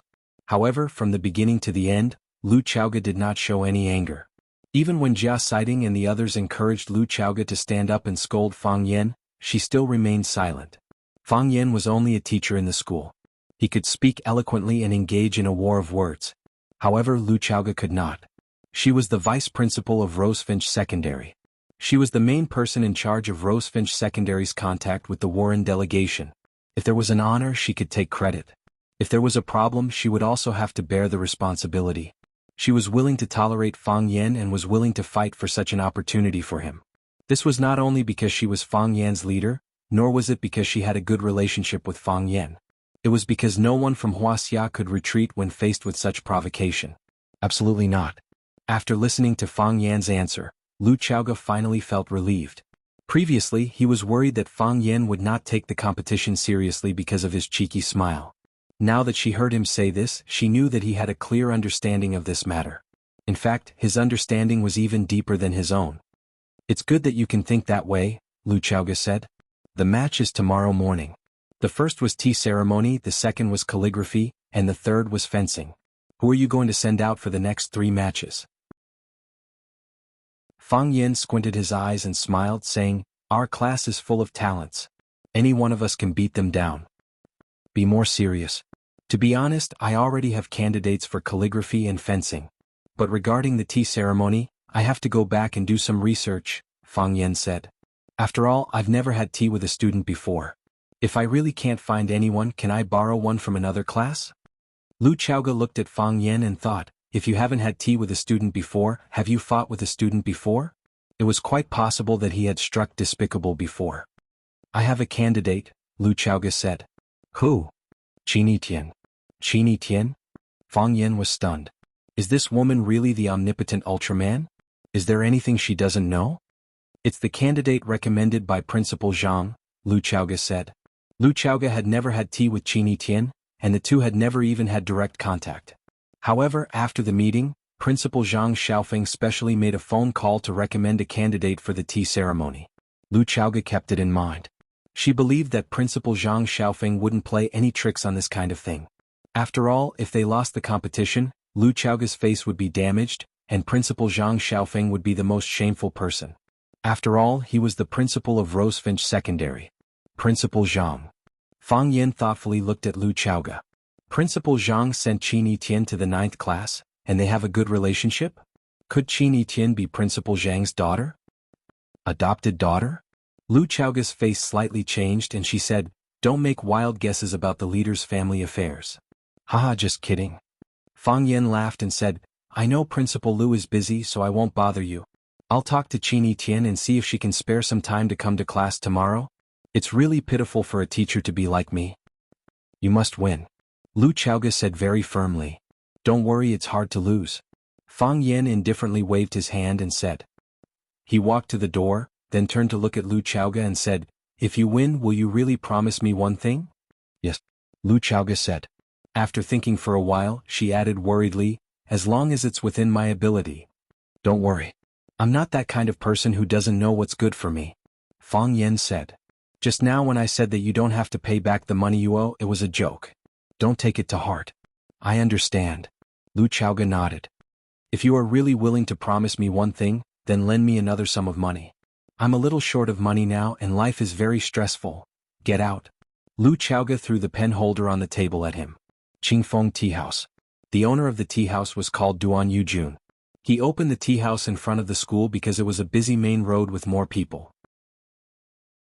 Another reason was to attract the business of the teachers and parents of the students. If the teachers wanted to talk to their friends about something, wouldn't they come to his tea house for a cup of tea?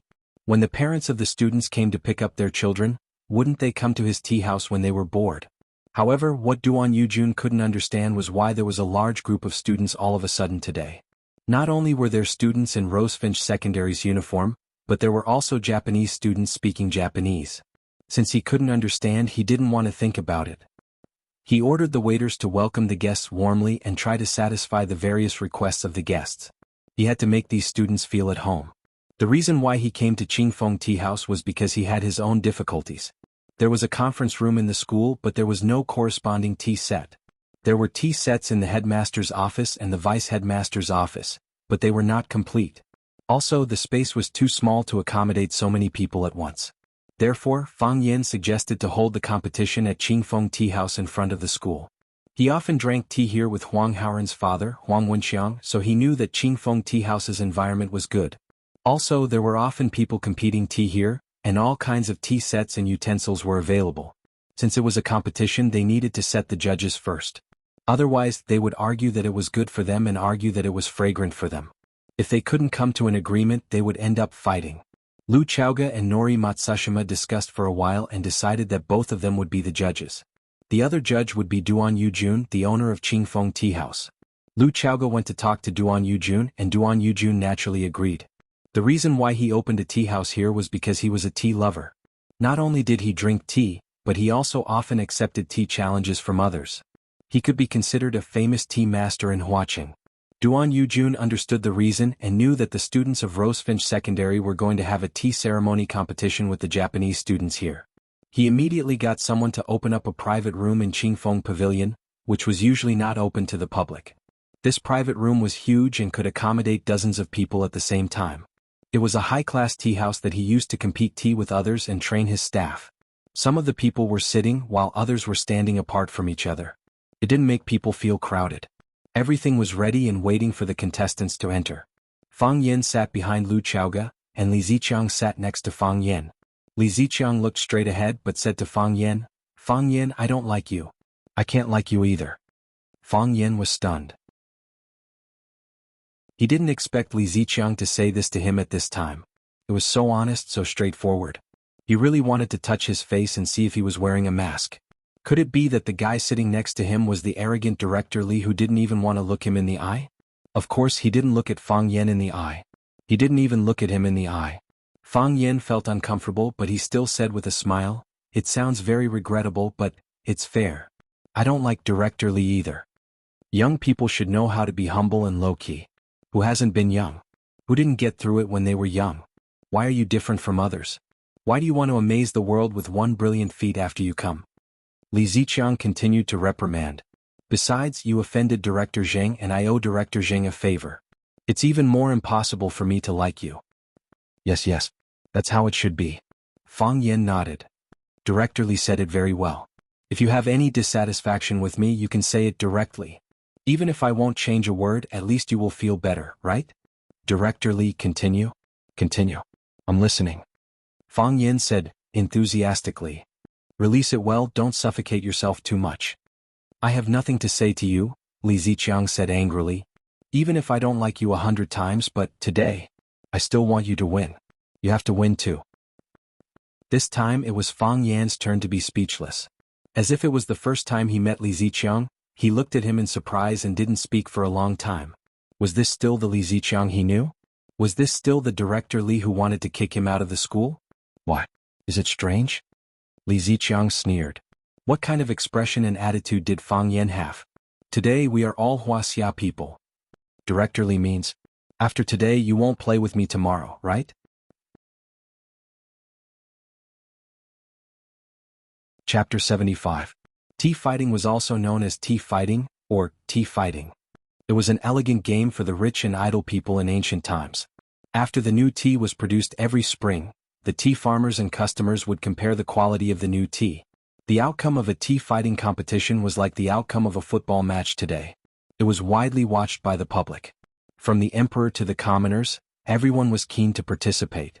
Even if there was a tea fight, there must be tea first. According to the rules of a tea fight, both sides would usually bring good tea to the battle. The tea with good quality would naturally have a big advantage in judging the outcome. However, according to this rule, it was obviously unfair to the Wu Ren inspection team. They came all the way from East Asia, so how could they happen to bring good tea suitable for the tea fight? Lu Chaoga and Matsushima Nori discussed and decided to use the same tea leaves and buy tea on the spot at Qingfeng Tea House. In this way, neither the Vermilion Bird nor the Wu Ren investigation team would be able to take advantage of the tea leaves. Both sides could only compete based on their tea ordering skills and control of the heat. Duan Yujun attached great importance to this tea fight, so he took the initiative to say to Lu Chaoga, "Why don't we have a tea? I still have half a pancake of old tree tea in my collection. Originally I was going to use it to fight the Lingnan Tea King. It just so happens that I found a tale of good quality De Hong Pao tea in the past few days, so I decided to donate this half a pancake of pu'er tea to support the education of our Vermilion Bird Middle School. After all, we are neighbors." Lu Chaoga liked drinking tea. She did not know much about tea, but she knew that a pancake of high-quality pu'er tea could be sold for a sky-high price. It was rare for Duan Yujun to donate his collection now. "Thank you, Mr. Duan," Lu Chaoga said gratefully. "The tea fight in your tea house has already disturbed me a lot, and now I'm wasting your collection. I feel really bad." Duan Yujun smiled and said, "I've been drinking tea and competing with people all my life. Today is the happiest day. Why? Because our tea ceremony and tea skills have successors." Duan Yujun lowered his voice and said softly, "Besides, I have my own selfish motives. If I use my tea leaves to suppress those little East Asians, I will also be proud, right? I can brag about it to my fellow tea drinkers and it will give me a lot of face." "We'll try our best," Lu Chaoga said. She told Matsushima Ki about Duan Yujun's willingness to donate tea leaves, and Matsushima Ki smiled and bowed to Duan Yujun to thank him. Duan Yujun chuckled and waved his hand, looking very embarrassed. He was indeed embarrassed.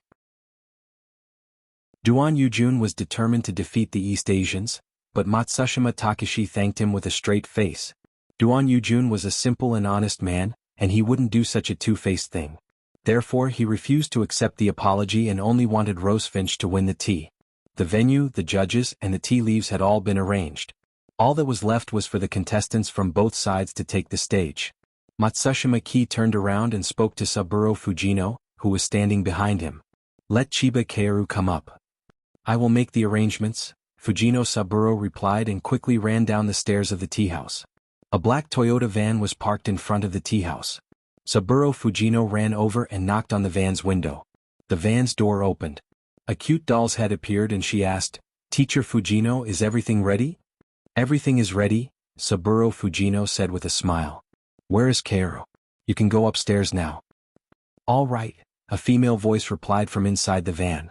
Saburo Fujino reached out with his hand and a fair and small hand grabbed his arm. Then the hand carefully came out. The girl was very beautiful. When she smiled, she looked just like a young Sakai Noriko. She had a slim figure and a clean temperament. She wore a kimono embroidered with cherry blossoms and wooden clogs. It was a standard East Asian style attire. The doll followed suit and got out of the van. The Toyota van remained at the same spot and did not leave. They had borrowed this van from an East Asian company in order to transport the contestants for this afternoon's tea competition. The art of tea was extensive and profound. The preparatory work was even more tedious and complicated. Chiba Kaoru was a descendant of an East Asian tea ceremony family. She had a deep understanding of the art of tea. Due to her beautiful appearance and extraordinary temperament, she was an influential figure in Warren High School. She was the campus belle of Warren and a goddess in the hearts of countless male students. It was also because of her existence that Saburo Fujino had specifically proposed a tea ceremony competition when he was provoking Fang Yen. From the very beginning, Saburo Fujino had set up an ambush for his side to win this battle. Autumn in Huacheng was still hot. If Chiba Kaoru had been allowed to follow them around in her kimono, she would have been soaked in sweat before she could even brew the tea. For a tea ceremony performer, that was a fatal injury. The Toyota van was spacious and would not give off a feeling of suffocation. The air conditioner was turned on and the temperature was just right. It would not give Chiba Kaoru a feeling of stuffiness. More importantly, The van contained aromatherapy essential oil that they had specially prepared. It was placed in the air conditioner's vent. As the cold air permeated the interior of the van, Chiba Keiru's body would be soaked in the essential oil. With a wave of her hand, a faint and sweet scent of mint would naturally flow out. Sniffing it in detail would make one feel refreshed and comfortable. That was also the reason why Warren's inspection team had only come down to invite Chiba Keiru to the tea house when the competition officially began. An expert would be able to tell right from the start. Just by looking at Chiba Keiru's attire, the way she spoke and the way she walked, Fang Yen was certain that she was a top-class girl. Isn't this girl too beautiful? Chiba Keiru stood in front of the coffee table and bowed deeply to everyone in the room. Then she sat down gracefully. The stone table. The stone chair. The Japanese beauty. They complemented each other and were pleasing to the eye. Fang Yen stood up and said, "Please wait a moment, everyone." He ran to the tea house and took out his phone to make a call. Before he could make the call, a black Rolls-Royce Phantom had already stopped in front of him. Click. The door to the front passenger seat opened. A tall and skinny old man in a gray robe walked to the back quickly and opened the door. "Miss, please," said the old man in a long robe respectfully. "Thank you, Uncle Lin." A familiar voice came from the car. Then Fang Yen saw a scene that made his eyes pop out. He saw a man in a plain white robe. No, it was a traditional Chinese costume. Qin Yitian, who was wearing a white traditional Chinese costume, got out of the back of the Rolls-Royce. After smiling sweetly at the tall and skinny old man, he walked toward Fang Yen. The traditional Chinese costume was simple and elegant. There were no bright red or green flowers to match it. Only the clothes were surrounded by a group of white cranes on auspicious clouds. Each crane was vivid and lifelike. When they walked, they gave people the illusion that they were flying in the sky. When they calmed down, they seemed to be able to hear their celestial cries. It was soft and gentle, yet majestic. She was graceful and elegant, yet she gave off an ethereal aura. To be honest, apart from Qin Yitian, Fang Yen really couldn't think of anyone he knew who could set off this costume so perfectly. Even those movie stars couldn't do it. "Miss, I'll wait for you to go back," the tall and skinny old man said to Qin Yitian. Then he nodded at Fang Yen with a smile and went back to the front passenger seat. The Rolls-Royce left slowly as if it had never been there. However, there was clearly a fairy left in the world. The tea house girl who greeted the guests at the door was about to cry. What day is it today? Why is everyone dressed so formally? If I had known this, shouldn't I have laid a red carpet at the door of the tea house? Women, why are you making things difficult for us women? Until Qin Yitian's little hand put on Fang Yen's arm, Fang Yen hadn't fully reacted. He looked at Qin Yitian dumbfounded and asked, "What are you doing?" Qin Yitian smiled charmingly and said, "Tea competition." "It's just a tea competition. Do you need to dress like this?" Fang Yen pointed to the Rolls-Royce that had just left and said, "Did you rent that car? How much is it a day? It's not worth it to use it just for a while, right? It's not just a tea competition, but also a beauty competition. Clothes competition, temperament competition, aura competition. I want to defeat my opponent in all aspects." Qin Yitian thought for a moment and asked, "Wu Ren's side has a beautiful woman, right?" "Yes." Fang Yen nodded. "That's good," Qin Yitian said. "What do you mean?" Fang Yen was puzzled. Didn't women like to beat their opponents? Why did Qin Yitian let out a sigh of relief when she heard that the girl was a beauty? "You don't understand." A smug smile appeared on Qin Yitian's mouth. If Wu Ren's side had sent a man, Qin Yitian's appearance would have been amazing. However, everyone felt that she had an unfair advantage. If the opponent was also a beautiful woman, and a beautiful woman at that, then if Qin Yitian defeated her, it would show her temperament and aura even more. What was the saying again? To see a person's achievement pattern was to see what kind of person his opponent was. To see a woman's appearance was the same. Red flowers needed green leaves to match. If you could stand out among a group of red flowers, wouldn't it be even more amazing? Yes, Qin Yitian hoped that her opponent would be stronger. Fang Yen stretched out his arm and helped Qin Yitian slowly go upstairs. He felt that he was a little eunuch serving the queen. What was the style of a star? What was the style of a queen? As Fang Yen accompanied Qin Yitian upstairs, all the people they met stood on the side and stared at them. No one whispered, no one raised their voices. They held their breath as if they were afraid to disturb the queen's tour. When Qin Yitian appeared at the door of the Breeze Pavilion, it was exactly as Fang Yen expected. The whole place was silent, and everyone kept a 90-degree turn posture. As if a magician had cast a spell, they couldn't speak and couldn't move their eyes. At this moment, even the wind outside the window found it difficult to breathe. Chapter 76. Qin Etienne ignored everyone's stares. He let go of Fang Yan's arm and walked toward Chiba Keru. Chiba Keru knew that this beautiful and domineering woman was her opponent for the day the moment she saw Qin Etienne. One's alcohol tolerance depended on one's character. It depended on how one drank and how one behaved after getting drunk. One's tea taste depended on one's attire and temperament. When a person's mental state was at its peak, the tea fight would naturally be full and mellow, and the tea brewed would naturally be full and have an endless aftertaste. One wouldn't drink alcohol because it would be bitter. It wouldn't harm the tea because the tea would taste like blood. Qin Etienne walked toward Chiba Keru step by step. With every step he took, his arrogant attitude and domineering aura got closer. Thud, thud, thud. Qin Etienne's footsteps weren't heavy, but they seemed to be echoing in Chiba Keru's heart. Chiba Keru felt like she had lost her mind and was at a loss for what to do. She avoided Qin Etienne's gaze to avoid the increasingly powerful airflow that seemed to be able to engulf everything. I'm going to lose. A ridiculous thought popped up in her mind. However, it only lasted for a second before she refocused and looked into Qin Etienne's eyes. I must win. Chiba Keru clenched her fists and told herself in her heart. She knew that her opponent was doing it on purpose. She was using her domineering aura to trample on her and her beauty to suppress her. She was using all her advantages. Her essence, chi, and spirit were in an invincible state of excitement. An opponent like that was terrifying and worthy of respect. However, she must win. Qin Etienne stood in front of Chiba Keru and looked down at her. His voice was cold and there was no smile on his face. I'm Qin Etienne. You must remember this name. She was speaking in Japanese. She was actually speaking fluent Japanese. Fang Yan's English was passable, but he knew almost nothing about Japanese. Except for a few words that often appeared in movies and TV works. Fang Yan asked Lu Chaoga in front of him, what did she say? I am Qin Etienne. You will definitely remember this name, Lu Chaoga said expressionlessly. He thought to himself that he had heard of Qin Etienne's name a long time ago. However, they had never crossed paths before. Seeing is believing. Now that he had seen her with his own eyes, he finally felt that she was different from the rest. Was this kind of student really just an ordinary student? In her eyes, there was probably nothing worthy of her attention, right? Lu Chaoga thought of Fang Yan again. Qin Etienne took the initiative to transfer from Class 1 to Class 9, where Fang Yan was. Could it be that the rumors on campus were true that Qin Etienne liked Fang Yan? If that was the case, things were going to be terrible. Everything about him is good, but he has bad taste. Lu Chaoga made an appropriate evaluation of Qin Etienne in her mind. Fang Yan was also shocked by this sentence.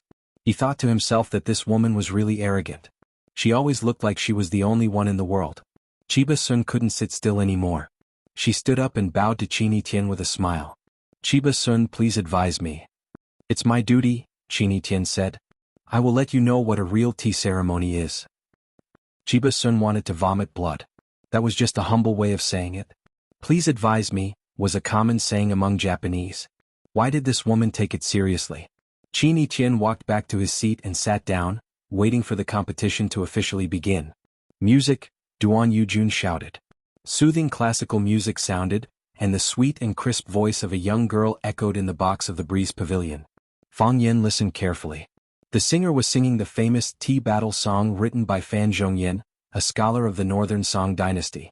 Spring comes from the southeast every year, Jianxi is the first to warm the ice. The strange tea by the stream is the best in the world, Wui immortals have been around since ancient times. Last night, where the new thunder comes from, every family laughs and passes through the clouds. The dew buds are scattered in glory, decorated with jade and pearls, scattered on the tree. The harvest is not full, only the essence dares not to be greedy. Grinding cream and baking milk have elegant production, Fang Zhonggue has He Zhongchan. The North Garden will be presented to the emperor, the heroes of the forest compete for beauty first. Duan Yujun was a judge and also the host of this tea battle. He stood in front of the two tea fighters and said, the tea is it's provided by the Breeze Tea House. The water is mineral water and tap water. There are many brands of mineral water and you can choose freely. As Duan Yujun spoke, the waiter of the tea house had already brought more than a dozen kinds of mineral water brands and placed them in front of the two tea fighters. Duan Yujun opened a tea house and was also a master of the tea ceremony. Because he often competed with people, he had prepared enough kinds of mineral water brands in the tea house. It had to be known that the water quality of each tea fighter was different. He had prepared more to take into account the requirements of each tea fighter as much as possible. Qin Tian waved his hand and said, "I'll bring my own water." As soon as Qin Tian's voice fell, he saw a few boys carrying a small stove in. The charcoal fire in the stove was burning brightly, and on the stove, a copper pot was making a crashing sound. The water had just boiled, white smoke was rolling and water vapor was filling the air. The tea immortal Lu used the classic of tea said, "To boil tea the first fire is charcoal and the second is firewood. Charcoal stained with oil, firewood or rotten materials can't be used as fuel. If you don't pay attention to the details, it will be difficult to make a fine product." From this, it could be seen how broad and profound the culture of tea was. How clear and thorough our ancient people's research was. In the art of tea fighting, the tea was valued for its freshness, and the water used for tea fighting was valued for its freshness. Mineral water was stagnant water that had been processed, and the quality of tap water was even more worrying. However, when there was really no other way, the tea fighters could only use mineral water. That was because there was no other choice. They couldn't go to the deep waters and old forests to fight tea, could they? Even if they found a suitable spring, how could they bring the tea fighting tools there? Qin Tian didn't hide it. He pointed to the copper stove on the charcoal fire and said, "This is running water from Tiger Mountain. It's transported by water. The lotus leaves cover the surface so it won't attract dust and waste gas. It's clean and natural." Duan Yujun was in a dilemma. Qin Tian was using the running water from Tiger Mountain. What if the East Asians felt that it was unfair? However, even if they were not satisfied, Duan Yujun couldn't solve this problem. He himself used mineral water to fight tea with others. Where could he get the running water from Tiger Mountain? Although Tiger Mountain was part of Huaqing's territory, it was far away and the mountain roads had not been developed. They could only travel by water. Who would have the thought and ability to go there and bring back a bucket of spring water? What Duan Yujun didn't expect was that someone would actually do it. Moreover, the person who did this was the famous Du Qing of Huaqing. Yes, Qin Tian's water was provided by Du Qing. Strictly speaking, Du Qing's water was provided to Lu Gong. Fang Yan had specially borrowed the spring water from his grandfather for Qin Tian to use for the tea fighting competition. Someone translated Duan Youjuan's words to the Warren inspection team. Saburo Fujino panicked and said, "This is cheating. Who doesn't know that the water quality is the most important in the tea ceremony? If the water quality isn't good, how can the brewed soup be good? This is unfair to our side. I strongly protest." The others also questioned and said yes. Wuxia was too cunning. Because we came from afar, they took advantage of us in terms of raw materials. If they won like this, they wouldn't be considered capable. If they're not convinced, they can go to Japan and compete again. Qin Tian waved her hand and said heroically, "Wu Ren can share the water from the copper pot with me." As soon as she said that, everyone fell silent. Those who had been clamoring just now seemed to have been slapped to the ground by her. They didn't even have the strength to get up. "Didn't you say that I wanted to take advantage of you?" "Sorry, I don't want to take advantage of you. The tea is the same tea, the water is the same water, I will still win." Fang Yan was happy. Even though she didn't like Qin Tian's arrogant, condescending, and straightforward personality, she found her to be quite adorable today. Only she could act like this, and only she could speak and act in such a natural and harmonious manner. This was Qin Tian, the Qin Tian who never hid her edge. Lu Chaoga nodded slightly as well. She thought that this sentence would determine the winner of this tea ceremony. A tea ceremony wasn't just about the color of the tea or the soup, but also the breadth of mind of the tea drinker. No one present could match Qin Tian's generosity. She was far inferior to him. Chiba Sun didn't feel happy when she heard Qin Tian's invitation. Instead, she looked gloomy. She stood up and bowed slightly to Qin Tian. "Thank you for your kindness. However, I've decided to use mineral water. When I first learned the tea ceremony, my father once said that if your heart is sweet, then the water you use will be sweet as well. I know what this competition means, so I'll do my best. I have a sincere heart, so the water I use will be sincere as well." She couldn't accept Qin Tian's invitation.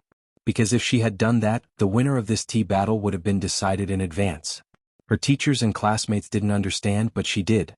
She decided to use softness to overcome hardness. After hearing Chiba Sun's words, Wu Ren's teachers and students looked serious. They looked at Chiba Sun with respect.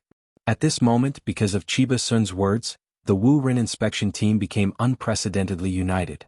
Even the teachers and students of Rosefinch looked at Chiba Sun in a different light after hearing her words. This girl was qualified to be Qin Yitian's opponent. Chiba Sun didn't even look at them. She poured a bottle of mineral water into the iron kettle and turned on the electric stove. She used mineral water and boiled it on the electric stove.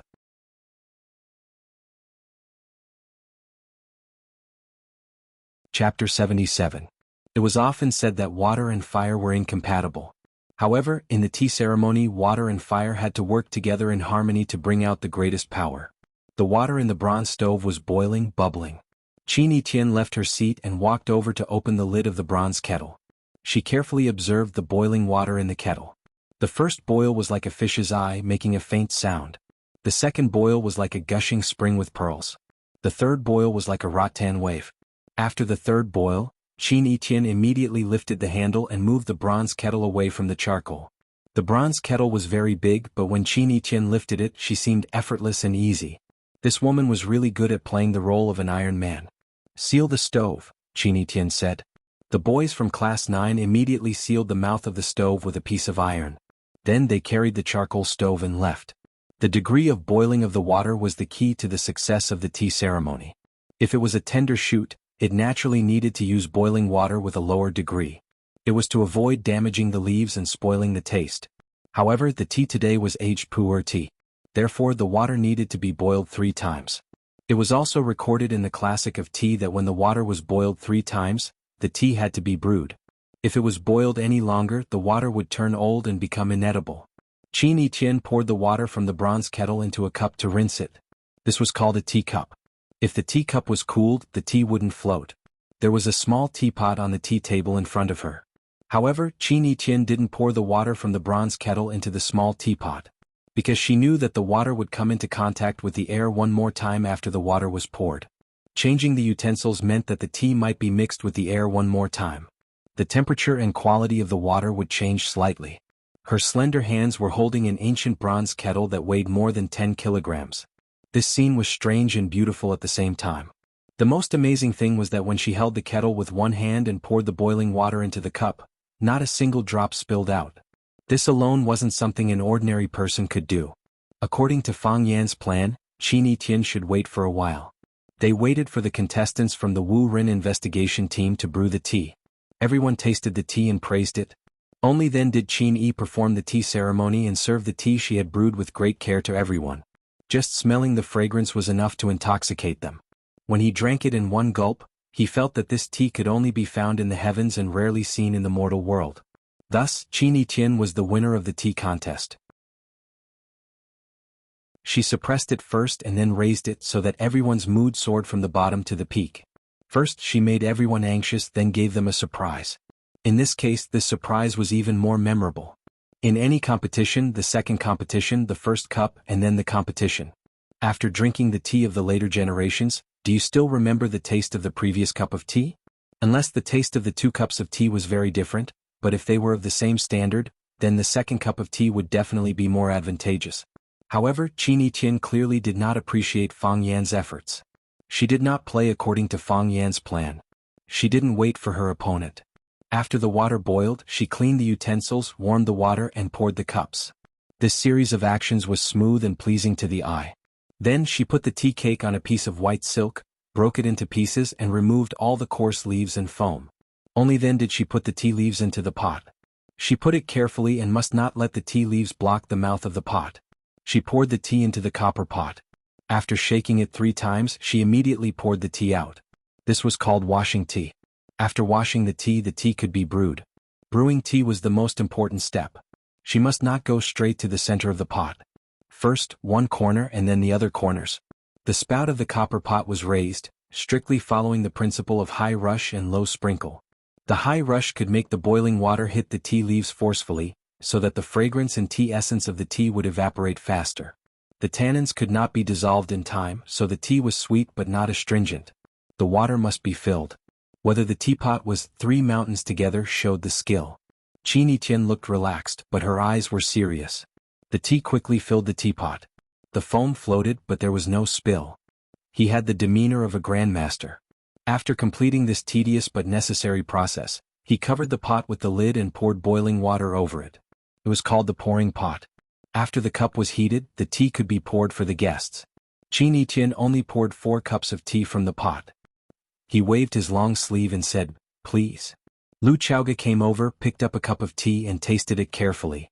Matsushima Ki also came over, picked up the second cup of tea and looked at the color of the tea. Duan Yujun sighed, walked to Lu Chaoga, bowed deeply, and then carefully picked up the third cup of tea. Qin Yiqian picked up the fourth cup of tea and took the initiative to give it to Fang Yan. He said with a smile, "Fang Yan, this cup of tea is for you." You. Fang Yan pretended to be angry, but he was overjoyed. "Look, there are only 4 cups of tea. Except for the 3 judges, Qin Yiqian didn't give it to anyone else. He didn't give it to the vice principal, the dean or the leader of the Chinese team, but he just gave it to him." What kind of behavior was this? Respect for teachers. What did this mean? It meant that he was a qualified and excellent teacher who was respected by his students. Fang Yan took the tea, tasted it carefully and said, "Good tea." Qin Yiqian finished his tea ceremony, and the tea was already in his hand. Therefore, the 3 judges naturally had to give their evaluation. After Lu Chaoga finished the cup of tea, she carefully felt the sweet and moist taste in her throat and said first, "I don't know much about tea, but I still know it's good tea. Good tea, good water, and good tea ceremony. It's amazing." Matsushima Ki held the tea, smelled the fragrance and then observed the color. Then he tasted it and said, "The color is green and white and the soup is fine. It's an excellent tea." The color of the tea was white, and the green was better than the yellow. And the soup needed to be thin and well proportioned, like cold porridge noodles. If one could bite on the edge of the cup and stay there for a long time, the effect would be the best. It was called biting cup. Matsushima Ki also liked to drink tea, and she had done some research on the tea ceremony. It was also because of this that she knew how perfect and profound the girl in front of her was in the tea ceremony. Without more than 10 years of immersion, it would be impossible for her to reach this level, right? Duan Yujun only drank half of the tea in his hand, and he hesitated to drink the other half. He praised, "The tea immortal has returned. The tea immortal has returned. After seeing this tea ceremony today, I will never compete in tea with others again. I'm ashamed. I'm ashamed." While everyone was appraising the tea brewed by Qin Yiqian, Chiba Kaori's tea ceremony had just reached the high infusion, low infusion part of the tea ceremony. Her face was expressionless, and her heart was as still as water. She only focused on her own actions, completely unaffected by external factors. Even when Qin Yiqian brought the tea to Fang Yan, she did not divert her attention. It was as if everything around her had nothing to do with her. The heart is the tea and the tea is the heart.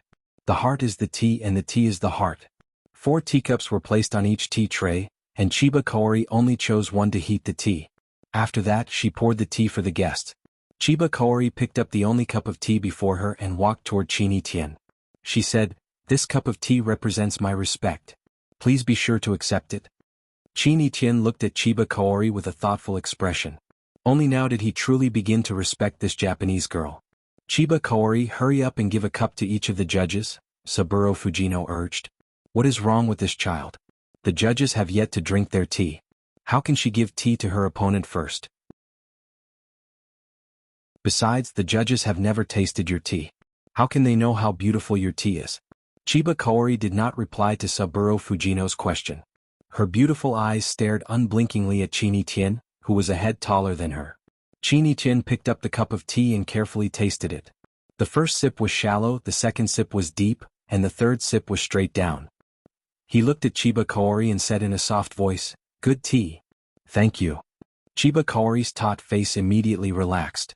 She gave a 90-degree bow toward Qin Yiqian and said gratefully, "Thank you." Saburo Fujino could not be bothered to maintain his composure. He quickly ran toward Chiba Kaori and grabbed her shoulder. He shouted, "Chiba Kaori, what are you doing? Do you know what you are doing? How can you do this? How can you give up? Do you know that you are not only giving up on yourself, you are also giving up on us, the pride of our Wu Ren in the face of Japan? How can you give up?" Chiba Kaori turned to look at Saburo Fujino. There was a sweet smile on her face as she said, "Sensei Fujino, I lost. I lost my mind, I lost my aura, and I lost my confidence. She is perfect. Her performance was impeccable. I thought that as long as I waited a little longer, I would be able to find a flaw. However, from the beginning to the end, she did not give me a single chance." Chiba Kaori had also thought that Chini Tian would wait. Chini Tian was waiting for her to brew a good tea. Only then would she surpass her. She thought that Chini Tian would do that. Isn't that what people think? Her actions lagged behind Chini Tian. Part of it was because she had to boil the tea again, but it was also because of the knot in her heart. She wanted to be the final victor. Why did she think that? Why did she do that? At the end of the day, it was because she did not have enough confidence in herself. She did not have confidence in herself. She did not have confidence in her tea. How could a tea that lacked spirit, energy and spirit win against someone else? However, Chini Tian did not do that. She did not fight or wait. She was simple and direct. She did what she wanted regardless of the consequences. She disdained scheming and did not want to use overt schemes. She only wanted to be herself. She did her best. She did her best. She did her best. She was Chini Tian. She believed that she would definitely win. Such an opponent was able to easily subdue her. He was worthy of her respect. Although Chiba Kaori had a smile on her face, there were tears in the corner of her eyes. "Sensei, please let me admit defeat," Chiba Kaori said with a choked voice. "At least you will look more dignified this way."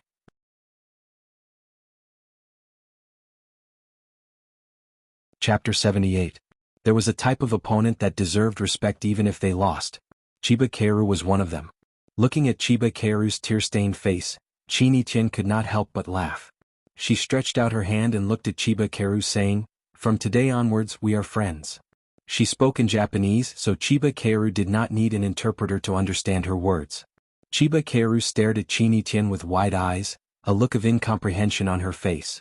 "Are you not willing?" Chini Tian asked. "Not everyone can be my friend." "I am willing." Chiba Kaoru quickly stretched out her hand and shook Chini Tian's.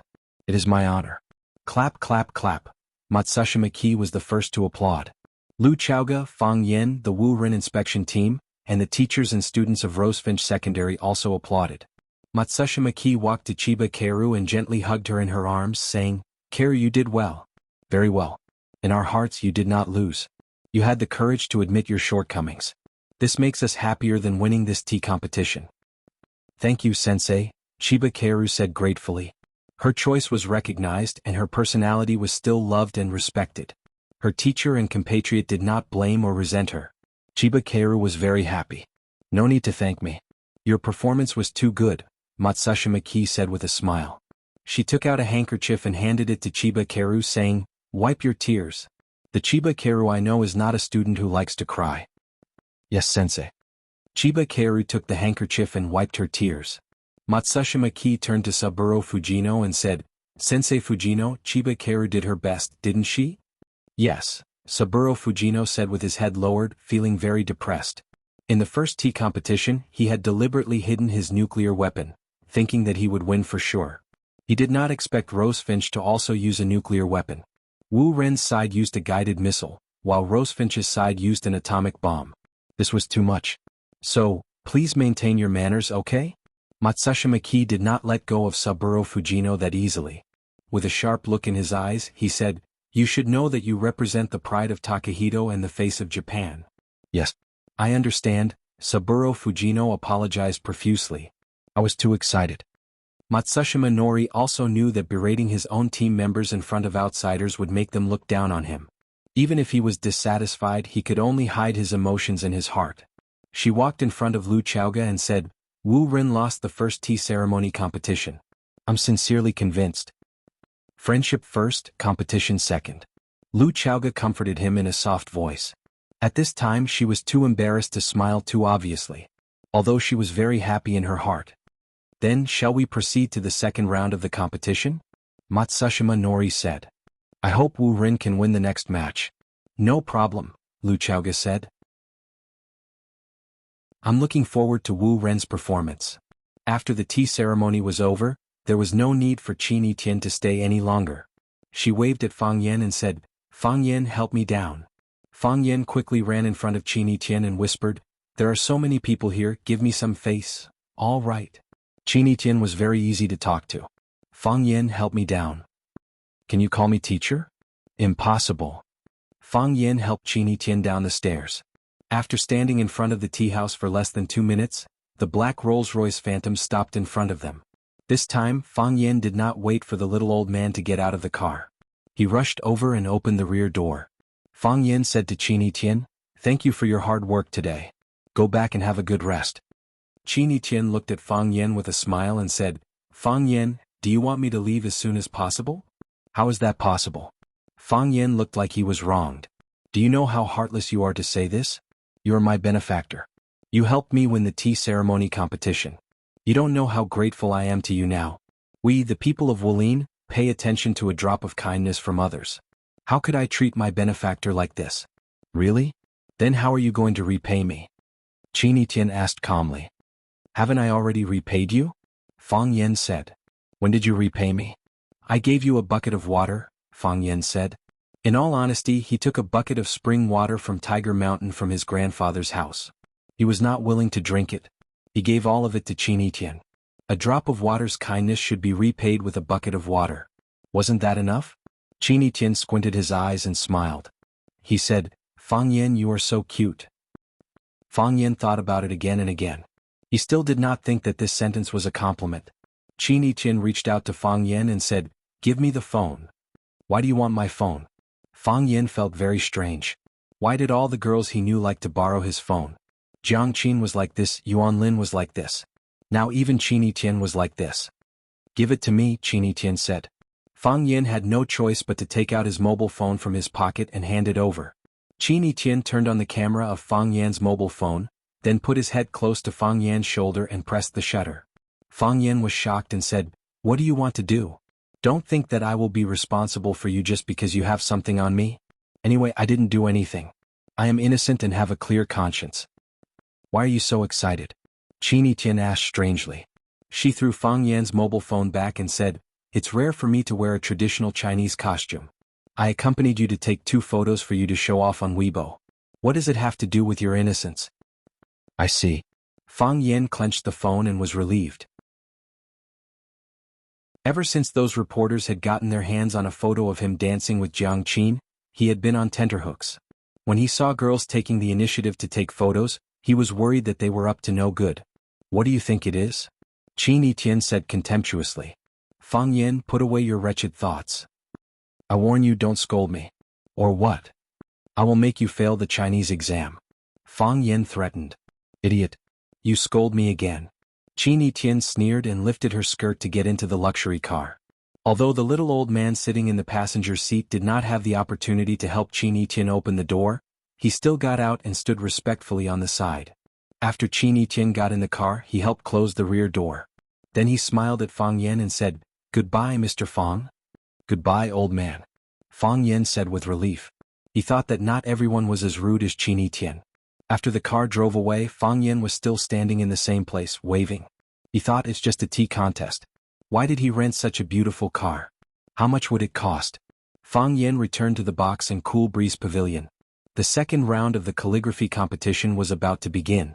Although Cool Breeze Tea House was a tea house, it had a large desk and 4 treasures of the study specially for scholars. As long as they were guests in the tea house, they could do whatever they wanted. Therefore, there was no need to look for another place for the calligraphy competition. It could be held directly in the tea house. The first round had a bad start, so Saburo Fujino kept a low profile. He walked in front of Fang Yan and said with a blank face, "How will the competition be conducted?" "Both contestants will write a piece of calligraphy. Then we will evaluate it," Fang Yan said. Saburo Fujino sneered and said, "If one side writes Wuxia calligraphy and the other side writes Japanese calligraphy, how will they compare?" Fang Yan also laughed and said, "Mr. Fujino seems to be a layman for asking this question. As long as there is strength in the brush, any word written will be beautiful. Even if it is a circle, it will be more beautiful than others. Could it be that a person's Wuxia calligraphy is beautiful, but the English alphabet is not beautiful? It will still be beautiful." Easy for you to say. The art of calligraphy is broad and profound. Different languages, different contents, different styles, naturally the effect will be different. Saburo Fujino did not agree with Fang Yan's point of view and said, "We should unify the language and the content. That way it will be more convenient to compete and determine the winner." "Isn't it better for everyone to write what they are good at? Our contestant will naturally write Wuxia calligraphy, and your representative can also write Wuxia calligraphy. In any case, didn't you all start from practicing Wuxia calligraphy?" Ridiculous. Saburo Fujino said mockingly. Looking at the sky from the bottom of a well, that's probably what people like you are, right?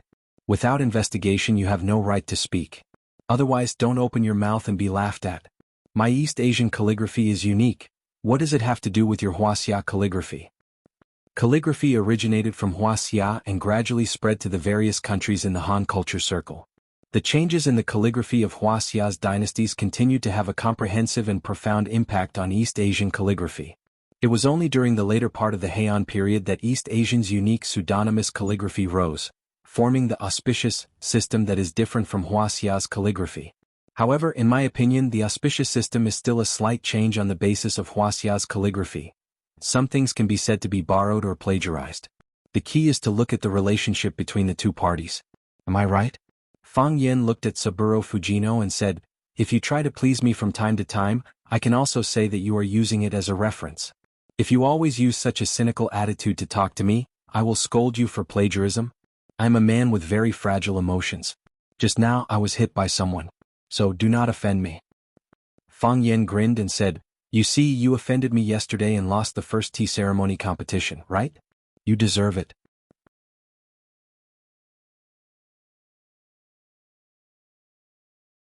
Chapter 79. After a long and unfriendly discussion between Fang Yen and Saburo Fujino, they finally decided on the general rules for the calligraphy competition. First, there was no limit to the language. Second, there was no limit to the content. Third, there was no limit to the style of the calligraphy. Yes, you can write a long poem or you can write a single word. As long as it was something you were most proficient in, you could participate in the competition. Calligraphy had its own characteristics. Some people's every word was very beautiful, while some people only learned a single word for decades, but that one word was the essence of calligraphy. Could it be that a calligrapher who wrote a single word was not a calligrapher? Obviously not. Today they were only competing in calligraphy.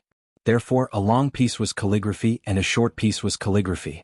A sentence was calligraphy and a word was calligraphy. The representative from Warren High School was a boy named Ueno Dashion. He was short and had an honest face. He looked more mature than the other students. He had a mustache on his upper lip that did not match the image of a high school student.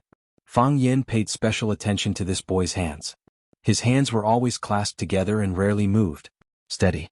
Steady hands, steady words.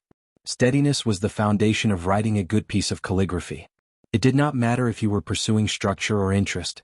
Steadiness was the priority. Only then would the spirit not dissipate.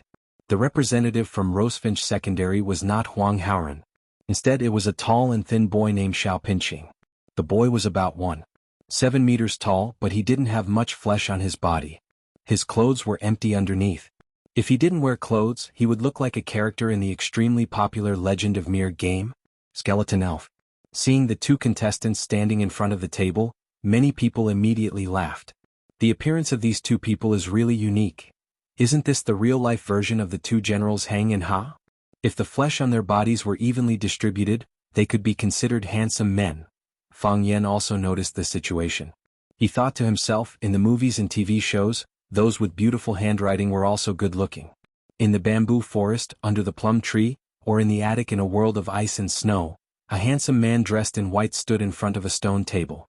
At this moment, the sound of the people was playing. The man's brush was dyed in ink, and his brush was like a swimming dragon. The sound of the people was urgent, and the man's speed increased. When the pipa stopped playing, the man raised his wrist to finish. The environment was elegant, the artistic conception was refined, and the pipa was embellished. On top of that, he was an elegant and graceful young master. Women would be dazzled by him and would love to marry him. Even men would want to rush up and stab him with a knife and scold him for being so pretentious. However, based on what Fang Yen had seen and heard, most of the artists in reality were slovenly. Even if there were some good-looking ones, their scores would be greatly reduced due to their ink-stained clothes or long ungroomed hair and beards. Fang Yen felt that he should be excluded. Unfortunately, he was not qualified to participate in this calligraphy competition. Of course, the students were slightly better off. Although Ueno Nobita and Xiao Pinqing both looked very special, they looked very clean and tidy in their school uniforms. The judges for the calligraphy competition were still Lu Chaoga, Nori Matsushima, and Duan Yujun. Duan Yujun gently knocked on the wooden fish in his hand and shouted, "Begin." After saying that, Ueno Nobita and Xiao Pinqing did not start writing. They were both grinding the ink and at the same time, their eyes were sizing up the white paper in front of them, as if there were some mysterious treasures hidden on the white paper. Ueno Nobita took the lead and dipped the brush in ink. With the tip of the brush, he wrote on the paper, swallowed the treasured sword and abandoned the famous bow, only to watch this breeze. Because Ueno Nobita had written in Japanese, Fang Yen could not understand what this sentence meant. However, from the structure of the words, it could be seen that he had used the famous Japanese style of writing. This was also the style that Fang Yen had said was self-created in Japan. The brushwork was elegant, and the density was just right. The words were connected in a line, like a black landscape painting blooming on the white paper. He has reached a higher level, Fang Yen thought to himself. Even if the other party was a student from the Warren inspection team, even if this person was his current opponent, Fang Yen was still willing to give him such a high evaluation. Xiao Pinqing was still grinding the ink as if the inkstone could not be melted. Bang, bang, bang. Duan Yujun gently knocked on the wooden fish in his hand. When the wooden fish struck 60 times, the time limit for this round of the competition was over. At the beginning everyone was still calm. However, when the wooden fish struck more than 30 times and Ueno Nobita was the first to submit his words, Xiao Pinqing still did not move. The students of Class 9 were a little anxious. They looked at Xiao Pinqing anxiously. However, as they were worried that they would disturb Xiao Pinqing's thoughts, no one said anything to urge Xiao Pinqing to move faster. When the wooden fish struck 46 times, Xiao Pinqing finally dipped the brush in ink. Filial piety. He wrote a big filial piety on the white paper in front of him, and it was only one word. He placed the brush in the ink box. His forehead was dripping with sweat as if he had just run 3 kilometers. He was using the Wei tablet. The strokes were strict, simple and lively. It was plump and not lacking in rigidity. Good, good, good. Fang Yen said good 3 times in a row. Fang Yen also learned calligraphy. To put it bluntly, he was number 1 in calligraphy today at the Cool Breeze Tea House. It was because he learned and studied calligraphy that he could understand the value and brilliance of the word filial piety. This had nothing to do with the teacher-student relationship or the national righteousness. It was only related to the personal feelings of the person who loved calligraphy and the pursuit of art. Just like how a woman would react when she saw a beautiful dress, just like how a man would react when he saw a Ferrari, just like how a foodie would react when he saw the Manchuhan Imperial Feast. When a person saw something unimaginable in his favorite field, he would exclaim in admiration from the bottom of his heart just like Fang Yen. The Wei tablet was mainly used in the fields of steel carvings, epitaphs, statue inscriptions and cliff carvings. For generations, Xiao Pinqing's ancestors made a living by polishing tombstones. Xiao Pinqing's family did not have many things but they had a lot of stones. Since he was very young, his grandfather, his father, and his brother would polish the big stones into square or arched slabs in front of him. Then they would inscribe the names of their filial sons, grandsons, son-in-law, and nephews on the tombstones according to the list provided by the main family. Xiao Pinqing had been interested in these big stones since he was very young, either because of a long period of nurturing, or because it was hereditary. When he first learned to write, his grandfather threw him a small chisel and a small awl and asked him to hammer out the words he knew on the stones. Because he had been polishing stones since he was young, Xiao Pinqing's hands were very steady. This also nurtured his personality of doing things without restraint and writing one stroke at a time. After years of practice, his Wei tablet had become famous far and wide. In the beginning, a customer came to ask his grandfather Xiao Changfa to carve words. Later, the customer asked his father Xiao Deshui to carve words. Later, the customer only asked Xiao Pinqing to carve words. As long as Xiao Pinqing carved words, the customer was willing to pay double the price. The first time Fang Yen discovered Xiao Pinqing's specialty was when he asked his students to imitate Farewell Again Cambridge, to write a poem for him. Xiao Pinqing's poem was not worth mentioning, but his words made Fang Yen feel stunned. He had never thought that he could find such a beautiful person among the students. He immediately asked Huang Haoren to find Xiao Pinqing and dragged him along the tree-lined path on campus for more than 10 minutes. He asked all kinds of questions like a fanatical fan and finally understood the special reason for Xiao Pinqing's success. Fang Yen encouraged Xiao Pinqing to continue to work hard and find more inscriptions to study, but to avoid imitating. Because Xiao Pinqing's words were now unique, if he blindly learned the advantages of others, he might lose his own essence. The reason why he asked Xiao Pinqing to study the inscriptions was that he hoped to broaden his horizons and let him have a deeper and more mature understanding of his own words. Xiao Pinqing repeatedly said yes, very happy with Fang Yan's recognition and praise. Later he asked Fang Yan many times about calligraphy knowledge, and Fang Yan also told him everything he knew. He even went to his grandfather's house to get the imitation version of Yuanhui's epitaph, for Xiao Pinqing to appreciate. Xiao Pinqing had written the word filial piety hundreds of thousands of times. He had personally carved it on the tombstone no less than 1,000 times. Filial piety, this was the tradition of Wuxia, giving people a sense of obedience. No one could defy it. However, filial piety also needed to know how to be flexible, to think of the elderly and think of the elderly's needs. This was not just a word but a picture of filial piety. Therefore, Fang Yan could not help but say the word good 3 times. Saburo Fujino was very dissatisfied with Fang Yan's behavior and said, "Teacher Fang Yan, this is a kind of cheating behavior and is suspected of misleading the judges. If you do something out of line again, the judges will judge our side as the winner." Even Matsushima-ki was very dissatisfied with Fang Yan's performance. He frowned and said to Lu Chaoga, who was next to him, "Isn't the teacher's performance a little too intense?" What he meant was that Fang Yan was just putting on an act. Wasn't it just one word? Was there a need to be so excited? Fang Yan apologized and said embarrassedly, I'm sorry. I can't help it. I really can't help it. The word is right in front of you. You can judge it freely. From now on, I won't speak any more." Saburo Fujino sneered and said, "Do you still need to judge? It's already clear." Ueno Daxio's words were smooth like flowing water. Every single word was a rare work of art. The most commendable thing was that his layout was reasonable and the ink was well proportioned.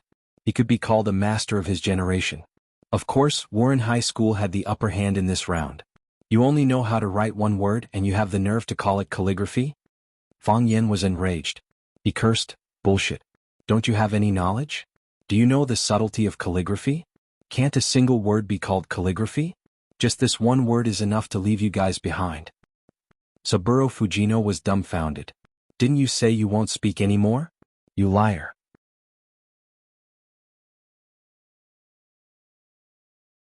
Chapter 80.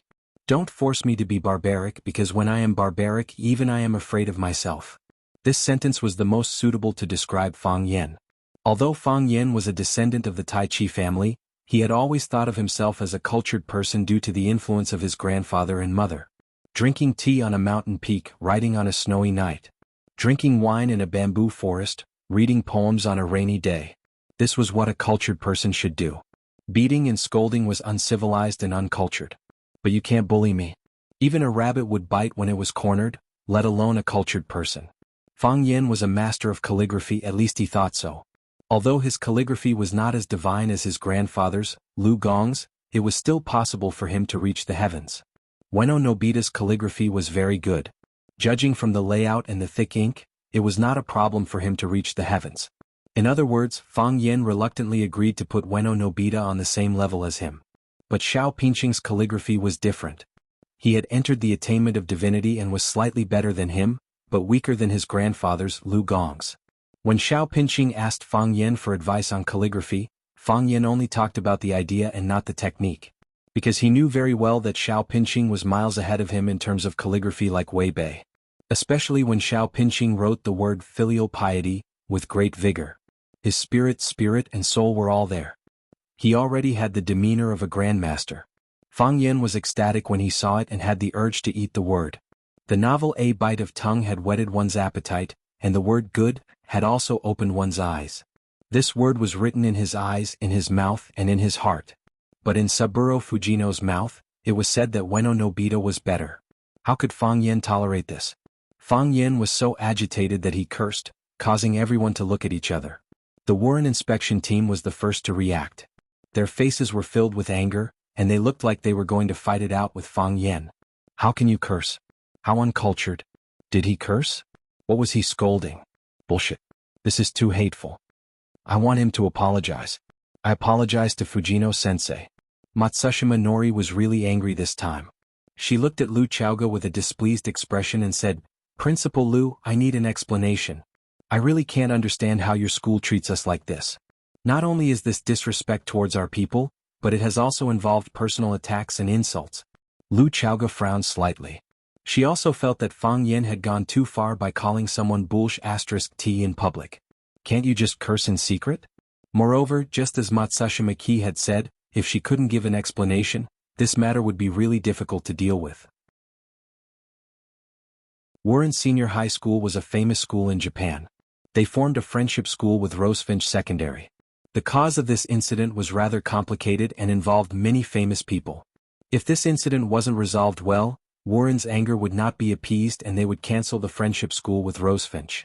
Then many people would be punished. At the very least, Lu Chaoga would have to bear the main responsibility. Moreover, if this matter was reported to the Japanese embassy, it could be used by people with ulterior motives. It could escalate to a higher and more serious level. These were all things that Lu Chaoga didn't want to see. Lu Chaoga walked in front of Fang Yan and said, "Sensei Fang Yan, you must give Mr. Fujino an explanation. You must obtain his forgiveness." Fang Yan looked confused. He looked at Saburo Fujino and said, "Mr. Fujino, do I need to give you an explanation? You insulted me." Saburo Fujino was so angry that he stomped his feet. He was a senior teacher at Wuren Senior High School and a famous Japanese researcher of Wuxia culture. Japanese people respected teachers and cultured people very much. Even when the Japanese Prime Minister met him, he was very amiable. He had never been scolded like this in his life. "I still don't quite understand," Fang Yan said. "Which part of my words insulted you? You said I was farting. I am a researcher of Wuxia culture. Don't think that I don't understand the meaning of those two words." Seeing Fang Yan acting like a fool, Saburo Fujino became even more furious. "Yes, I said the two words farting," Fang Yan admitted. "Since that is the case, what else do you have to say?" "But I did not say that you were farting," Fang Yan said. "I am saying that someone was farting. Could it be that you didn't smell a foul stench just now? You are just being unreasonable. You were obviously talking about me. That fart just now was from you?" "It was not me," Saburo Fujino said angrily. He hated being wronged the most. "If it was not you, then who was it? How would I know who it was?" Only after Saburo Fujino shouted did he realize that he had gone off topic. "I am saying that after you said the two words farting, you immediately started talking to me. Clearly you are attacking me. You see, you misunderstood me again," Fang Yan said. "Mr. Fujino, you are a guest from afar. Our Wuxia is a country of etiquette. How could I possibly curse at someone? The matter is like this. Back then I smelled a foul stench and thought that you were farting. However, I felt that it would be indecent to say such a thing. Additionally, it would embarrass you. Thus, I quickly changed the topic. Perhaps there is a problem with my ability to express myself. Additionally, the change in topic was not natural enough. That is why you misunderstood me. If that is the case, I sincerely apologize to you now." "I was not the one who did it," Saburo Fujino was on the verge of shouting. How could he not be able to explain such a thing? Fang Yan looked at Saburo with a stunned expression and said, "Even if that is the case, there is no need for you to be so agitated." Lu Chaoga stood by the side and watched with cold eyes. She thought to herself that this was not a bad way to resolve the issue. Fang Yan would certainly not be willing to apologize to Fang Yan. However, if he did not apologize and Fang Yan had indeed scolded someone, it would be hard to explain to the other side. Fortunately, the culture of Wuxia was extensive and profound. A single word could be interpreted in countless ways. Seeing that the two of them were unable to come to a conclusion after exchanging a few words, Fujino Saburo would only be at a disadvantage if they continued to argue. Thus, Fujino Saburo could only say, "Since both contestants have finished writing, let's have a proper evaluation." "That is what I am thinking as well," Lu Chaoga quickly followed up. To be able to resolve this issue, she was more than happy to do so. Matsushima Ki glanced at Fang Yan and said, "Teacher Fang Yan, since you understand calligraphy, then you should be the one to evaluate these two pieces of calligraphy." "How can I accept that? I am not one of the judges," Fang Yan said with a smile. "It is better for the judges to evaluate. You guys are the experts.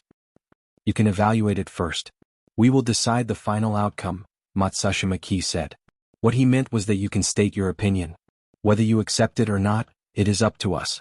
Since Principal Matsushima has invited me, then I will respectfully accept, Fang Yan said. He first walked to the front of Ueno Nobita's words and said very frankly, "I don't understand Japanese, so I don't understand what this sentence means. Who can translate it for me?" Swallowing the precious sword and abandoning the famous bow, only to watch the cool breeze, someone said aloud. Fang Yan read it and said, "Good words. Good words. We often say that a good horse needs a good saddle. In my eyes, Ueno Nobita's words are a good horse, and this sentence is a good saddle. Only by matching the words can the mood be more obvious. If he wrote, Ueno Nobita was here, no matter how beautiful his words are, he will lose a lot of points. Isn't this the case? Fang Yan's words were interesting and everyone laughed. Only to watch the cool breeze, this sentence is very good. It gives people a feeling of giving up fame and fortune, forgetting the troubles of the secular world, and only listening to the wind and admiring the moon. Ueno Nobita's words are exquisite and elegant. Every stroke is connected into a line like a crescent moon, a gust of wind. It makes people feel relaxed and happy. Ueno Nobita heard his classmate's translation and bowed slightly to Fang Yan to express his gratitude. When he was grinding the ink, he thought of this sentence and considered writing it as a crescent moon, a gust of wind. Fang Yan went straight to the heart and expressed his intention completely. He was indeed an expert in calligraphy. Fang Yan smiled at Ueno Nobita, looked at him and said, however, this calligraphy has a fatal flaw. That is, it is too rouge. Ueno Nobita, you only focus on the form but not the spirit. You only express the cool breeze, but what about the words swallowing the precious sword and abandoning the famous bow? Without the beginning, how can there be the end? Without the beginning, how can there be the end? Ueno Nobita's eyes widened, and his face was full of shock. If I'm not wrong, Ueno Nobita learned calligraphy from a female teacher, right? Fang Yan asked. After listening to Fang Yan's words, Ueno Nobita nodded and then bowed 90 degrees to Fang Yan. He learned calligraphy from his mother, whose surname was Kono. She was the descendant of Kono Shirnin, one of the three geniuses who appeared in the calligraphy world when Toyotomi Hideyoshi unified the world in the Peach Mountain era. The world also called those three people the Three Strokes of Kuan Yong. Even the teachers and classmates at school didn't know who his mother was, and he had never mentioned it to anyone. However, Fang Yan, Huaxia's teacher, saw through it at a glance. Fang Yan helped Ueno Nobita up and said with a smile, if it was that lady who wrote this calligraphy, I would give her a higher evaluation. And what I said about the excessive rouge is not a weakness, but an advantage. Because this is a woman's characteristic. However, Ueno Nobita can't do it. You are a man. If you deliberately imitate that teacher's writing style, you will make a fundamental mistake. There is a difference between men and women. Women can't learn men's boldness and men can't write women's gentleness and exquisiteness. No matter how hard you try. Am I right? A word is worth 1,000 gold. Ueno Nobita bowed again, thanking Fang Yan for his selfless guidance. He finally found the shortcomings of his calligraphy, which had a profound impact on his future development.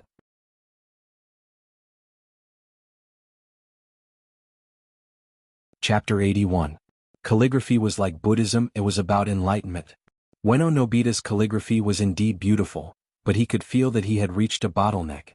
He had reached the end of the road, but he could not find any other way out. They either stood still or walked back the way they came. Ueno Nobita did not want to see either. Today, Fang Yan's words had awakened him from his confusion and allowed him to have a clear understanding of the path ahead of him. He had found an exit and could gallop on another road. Was this not the happiest thing? The two bows represented two completely different meanings. The first was a courtesy to thank Fang Yan for his praise. The second time was filled with sincere gratitude and respect. Every word was worth 1,000 taels of gold. Seeing Fang Yan conquer Ueno Nobita with just a few words, Saburo Fujino's heart broke. What was wrong with these students? Why did they just give up and surrender so easily? What did I teach you all? Have you forgotten the samurai spirit? He had already lost the first round of the tea ceremony competition. If he were to lose the second round of the calligraphy competition, how could he face his Japanese parents? Saburo Fujino did not care about Ueno Nobita's attitude towards Fang Yan and said, Ueno Nobita's calligraphy is flawed, but is Rosefinch's student's calligraphy not flawed? Matsushima Ki also spoke up, that's right. Fang Yan sensei, you just commented on Ueno Nobita's calligraphy. Now, you should also comment on Rosefinch's student's filial piety. Of course. Fang Yan nodded. To be honest, Xiao Pinqing wrote the word filial piety with the intention of using a trick. Because this is indeed the best word he has ever written. Of course, this is the mentality of any contestant. Ueno Nobita wrote, swallow the sword and abandon the bow. Did he not have the intention of using a trick? Yes. In his heart, he would naturally feel that these were the few words he had written the best. Wuxia culture is broad and profound. Countless people were researching, countless people were learning and imitating. Fujino, sensei in front of us was also a learner and researcher of Chinese culture. He studied poetry, songs, zither, chess, poetry, painting, the Book of Changes and the 8 trigrams.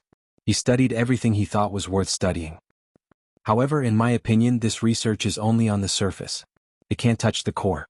What is the real culture of Wuxia? It was a traditional virtue that had been passed down for thousands of years. In 7 words, they were loyalty, filial piety, benevolence, righteousness, propriety, wisdom, and trustworthiness. These things could not be seen, nor could they be heard, but they were deeply embedded in the blood and marrow of every Wuxia citizen. As long as people were alive, they were alive. When a person dies, there will be countless successors. Filial piety is the most important of all virtues. Filial piety is a word that understands the shape and sound. The shape of this character was very ingenious. The upper half was half of the character Lao, while the lower half was the full character Z. The previous generation and the next generation merged into one. The son inherits the father, and the son can inherit his parents and follow his wishes. Fang Yin walked to the front of the bookshelf, pointed at Xiao Pingqing's calligraphy and said, "Let's look at the upper half of Xiao Pingqing's filial piety first. It is simple and unadorned, and the ink is vigorous. Doesn't it look like an old man with rich experience who dedicated his life to his children?" Hearing Fang Yan's words, everyone admired it seriously. They really saw something different in this character. Kindness, sincerity, dedication, selflessness, and sadness. Fang Yan pointed at the lower half of the character and said, "The old man is old, so he has a new son. Look at this upper half and the lower half, but only half of the character Lao is left. Where did the other half go? It was given to their children. Isn't that how parents are? The first half of their life is for themselves and the second half is for their children. Just like the song, Where Has All Time Gone sings, you're old before you can enjoy your youth. You've had children for a lifetime, and your mind is full of children's tears and laughter." Xiao Pingqing Z is vigorous and delicate, representing the prosperity of his son, and also representing the healthy growth of his son. The layout of this filial piety is grand, and the structure is clear. The ink is thick when it should be thick and light when it should be light. The brush is heavy when it should be heavy and light when it should be light. It has feelings, temperament, and structure. This is why I think Xiao Pingqing's calligraphy is better than Ueno Nobita's. "Thank you, Mr. Fang," Xiao Pingqing said gratefully. Fang Yin waved his hand, looked at Lu Chaoge, Matsushima Ji and Duan Yujun and said, "Judges, I'm done with my comments. It's up to you to decide who is better and who is worse." Lu Chaoge and Matsushima Ji looked at each other. Lu Chaoge spoke first and said, "Principal Matsushima, you are the guest, so you should comment first." Matsushima Ji refused and said, "Mr. Duan should start first." Duan Yujun stood between the 2 writing tables, looked at Ueno Nobita's calligraphy, and then looked at Xiao Pingqing's calligraphy, looking hesitant. With so many people watching, the honest Duan Yujun was embarrassed to choose his family's calligraphy directly. "To be honest, both works are good," Duan Yujun said. "Both are good. It's much better than my handwriting." Everyone laughed and said, "Boss Duan, everyone knows that their calligraphy is better than yours. The key is whose calligraphy is better." "I choose filial piety," Duan Yujun said. "Not to mention anything else, this word makes me feel close." Can an unfilial person still be human? Clatter. The students of Rosefinch Secondary applauded. Now one of the judges had turned to Xiao Pingqing, and Xiao Pingqing's victory was in sight. Matsushima Ji asked Lu Chaoge to comment again, and Lu Chaoge said without hesitation, "I choose filial piety. I like the feeling of a father and son being connected. I sensed a very deep emotion from this piece of calligraphy. This feeling." Lu Chaoge looked sad and said, "It's been a long time since we last met." Duan Yujun chose Xiao Pingqing's filial piety, and Lu Chaoge also chose Xiao Pingqing's filial piety. No matter how Matsushima Ji voted, Xiao Pingqing was already the winner of this calligraphy competition. Of course, this also had something to do with the judging system. Because Duan Yujun and Lu Chaoge were both Wuxia's people, they would be biased towards the Rosefinch Secondary contestants. It was human nature. Matsushima Ji sighed softly and did not speak. Ueno Nobita walked to Matsushima Ji and bowed deeply to him. Then he raised his head and said, "Teacher, please grant me a request." "What is it?" Matsushima Ji asked. "Give this vote to my opponent," Ueno Daxio said. "I can feel the feelings he has when he wrote this calligraphy. I focus on the form and he takes both the spirit and the form into consideration. In terms of calligraphy cultivation, I am not as good as him." Matsushima Ji pondered for a long time, then patted Ueno Nobita on the shoulder and said, "Ueno Nobita, I promise you." "Thank you, teacher." "I'm sorry. I'm not." Ueno Nobita smiled honestly. "Teacher, you can't imagine what I have gained from this trip to Wuxia. I can't wait to grind the ink and write. I can't wait to go back and tell my teacher, my mother, that I want to take a completely different path from her. She is herself and I can't be her. I can only surpass her." "Good. Very good." Matsushima-ji also smiled happily. "Ueno Nobita, congratulations." "Thank you, teacher." Ueno Nobita bowed again. Matsushima-ji looked back at Lu Chaoga and said, "This vote is for filial piety." Clatter. The students all spontaneously applauded. Not only the students of Rosefinch Secondary, but even the teachers and students of Warren Secondary also applauded. In the second match, Rosefinch Secondary won again. It was lunchtime, and Duan Yujun insisted on inviting the teachers and students of both schools for lunch. This time, Lu Chaoga strongly refused, saying that she had already disturbed them today. The school would be responsible for the lunch, and the school had specially allocated funds to entertain the delegation of Warren. Both sides agreed that the third fencing match would be held at 3 o'clock in the afternoon. After lunch, the students of the delegation would return to the hotel to rest for a while. In the dessert shop at the entrance of the campus, Fang Yen and Tang Qing sat opposite each other. Tang Qing held a cup of iced lemon green tea in his hand, his eyes looking around without focus, looking very bored. "Student Tang Qing, have you thought about it?" Fang Yen asked. "Teacher Fang Yen, I have answered you several times. I'm not going. I have no interest in that kind of thing," Tang Qing said impatiently. "What's your reason for refusing?" "I'm not interested." "Why not?" "I don't like it." "Student Tang Qing, the tea ceremony, calligraphy, and fencing matches between us and the Warren delegation have attracted the attention of the entire class and even the entire school. Although friendship comes first, competition comes second. Everyone hopes to win these 3 matches. Because everyone knows that winning or losing not only concerns the school's dignity, but also the dignity of our entire Huaxia. If we lose these 3 matches, will our Huaxia lose its dignity?" Tang Qing sneered. "Student Tang Qing, I know you think this is a small matter and you think that winning or losing doesn't matter. But I don't think so. We should do our best in any match. We can't easily give up any opportunity. We have to win and we have to keep winning. We have to win our dignity and we have to win our confidence. We have to win our own confidence and we have to take away their confidence. I want them to have no chance of winning in every confrontation with us. I want them to be wary of us every time they fight us. The national defense of a country not only depends on the strength of the army, but also the invincible will and ambition of every Huaxia person." Fang Yen looked at Tang Qing with sincere eyes and said, "Student Tang Qing, come out. Come out and help me win this match and help yourself win this match."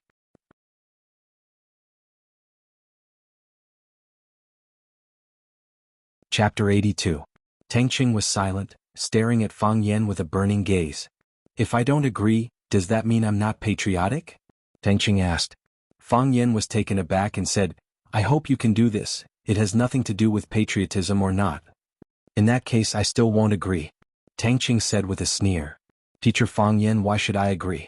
Why should I agree? You made me kneel to you in front of the whole class, you made me kneel to you in front of Qin Etienne. Now, just because of a few words you said, just because of your bluff, I have to stand up and work for you? When you did that, did you think about my feelings? Did you think about how I'll face the strange looks of the students in the future? Did you think about what kind of gossip I'll encounter in the future? What's more hateful is, did you think about how I'll pass the harsh scrutiny of Qin Etienne? You can have whatever you want? You can do whatever you want? Everyone in the world has to revolve around you? Do you think you're the hero of a novel? Teacher Fang Yen, I'm not an idiot. I won't do it, I won't do it. No matter how extravagant your words are to make people's blood boil, I won't agree to it. I just want to see you lose. You can easily take away other people's dignity, why can't others take away your dignity? Anyway, this bet is between you and that Japanese teacher, what does it have to do with us?" Tang Qing took a sip of the iced lemon tea, moistened his throat and said, "Besides, aren't you very good at fighting? If you're so good, can you go by yourself? If you go, I guarantee that no one can beat you." Fang Yen nodded and said, "That's true.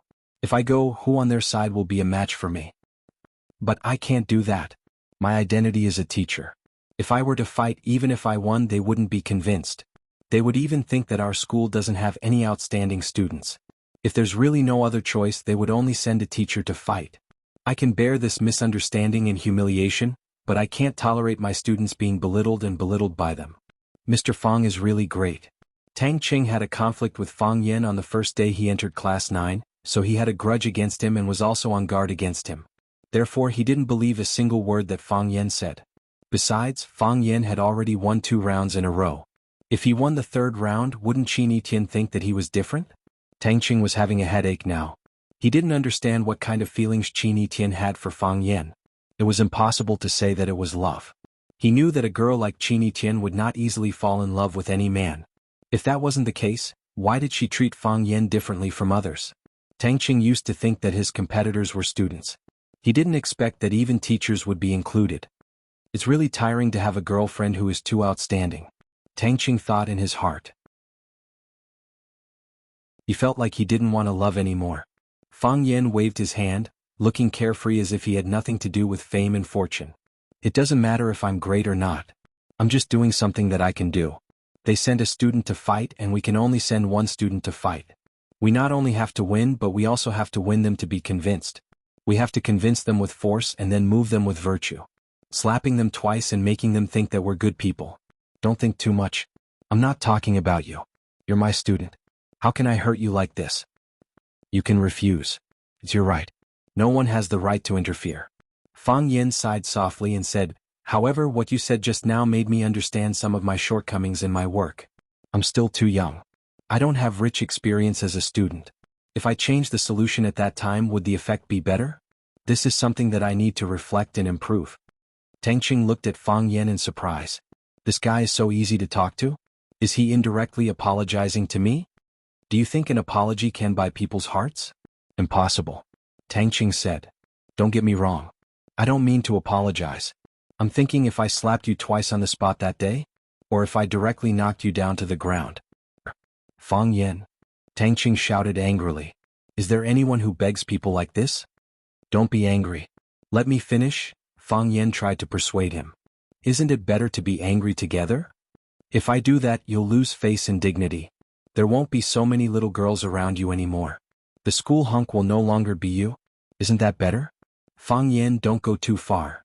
Tang Qing clenched his fists so hard that cracking sounds could be heard.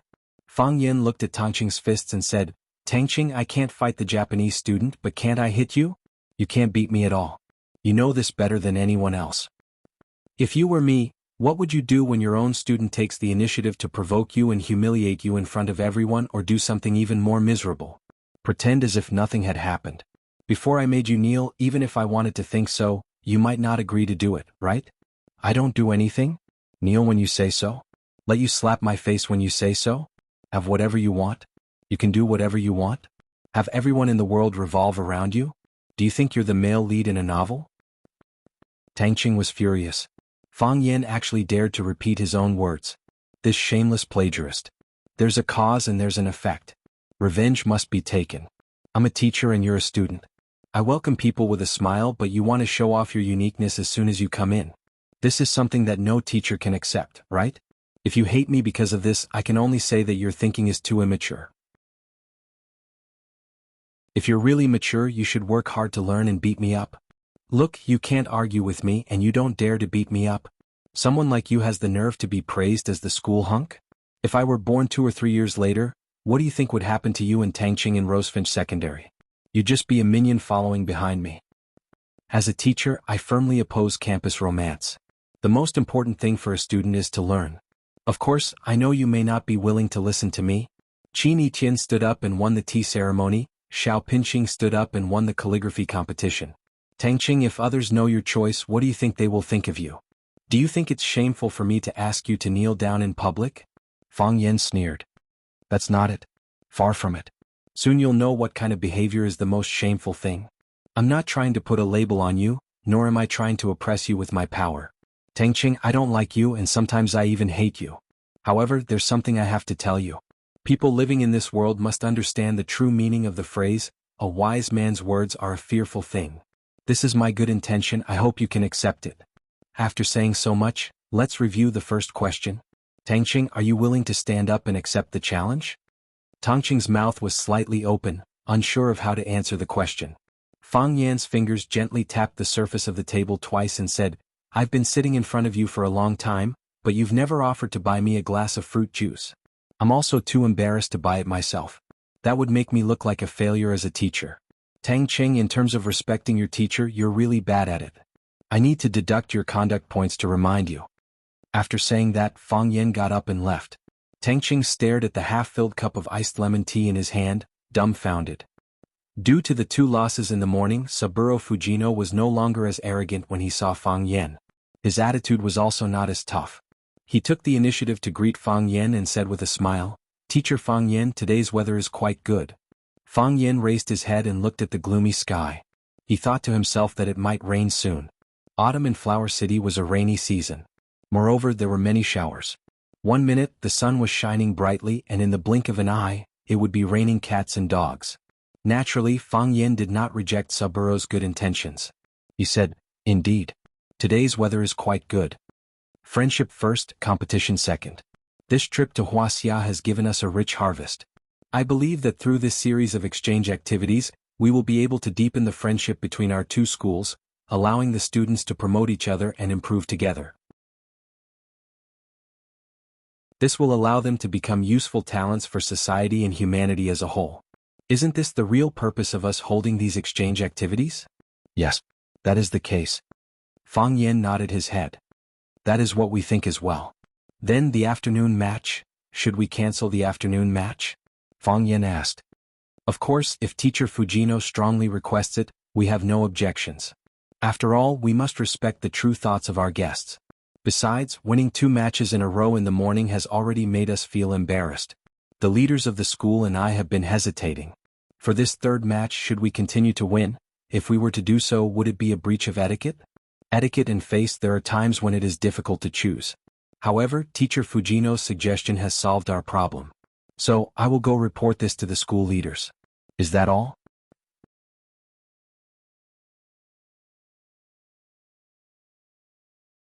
Chapter 83. Some people would make you fall in love with them at first sight. Some people would make you want to beat them up. Clearly, in Saburo Fujino's eyes, Fang Yan belonged to the latter category. Saburo Fujino had challenged Fang Yan during his class. Even though he had hidden his trump card, Fang Yan had still won 2 matches in a row. This caused him to lose face. His heart was filled with grievance and discomfort. What caused him to vomit blood was the fact that the students who lost the match were praising Wuxia's teachers and students. Be it Chiba Keru or Ueno Nobuo, both of them had expressed their admiration for Wuxia's culture and spirit. They had also spoken highly of their opponents, saying that they had learned a lot from them. What kind of behavior was this? This was a slap to the face. He had just shouted out the slogan Tang and Song cultures in Japan, and they had been conquered by Wuxia's culture. Do they still want to be compatriots? Saburo Fujino was a smart person. He knew that he could not go against the general trend. Since both his teachers and students had a favorable impression of Wuxia's culture and Rosefinch Secondary, it would not be appropriate for him to be the only one hostile towards them. That would only cause others to think that he was narrow-minded and an anomaly. He was prepared to change his battle strategy. He would treat his enemies with a gentle and friendly attitude. However, he would show no mercy during the match. Only the victor would have the right to make fun of others. Was that not the case? He had already made up his mind. After the experts he sent out had slaughtered Rosefinch's students until they were crying for their parents, he would go and have a talk with Fang Yan. His expression would surely be quite ugly, right? They had already lost 2 matches. They were hoping to win back some face in the 3rd match. How could they cancel the match? If they were to cancel the match, then they would have no chance at all. Additionally, others would say something like this: Wu Rin is afraid of Rosefinch Secondary's victory and no longer dares to continue the match. This result was even harder to accept than losing the 3rd match. This was Wu Ren's shame. It was also Saburo's shame. He would never allow such a thing to happen. Seeing Fang Yan turn around to report to the leader, Saburo Fujino grabbed his arm and said, "Fang Yan sensei. Fang Yan, sensei, you misunderstood my words. I have no intention of canceling the match. I mean, when will our afternoon match begin? Where is the venue?" Not canceling the match? Fang Yan turned to look at Saburo Fujino. Not canceling the match? Saburo Fujino turned to look at Saburo.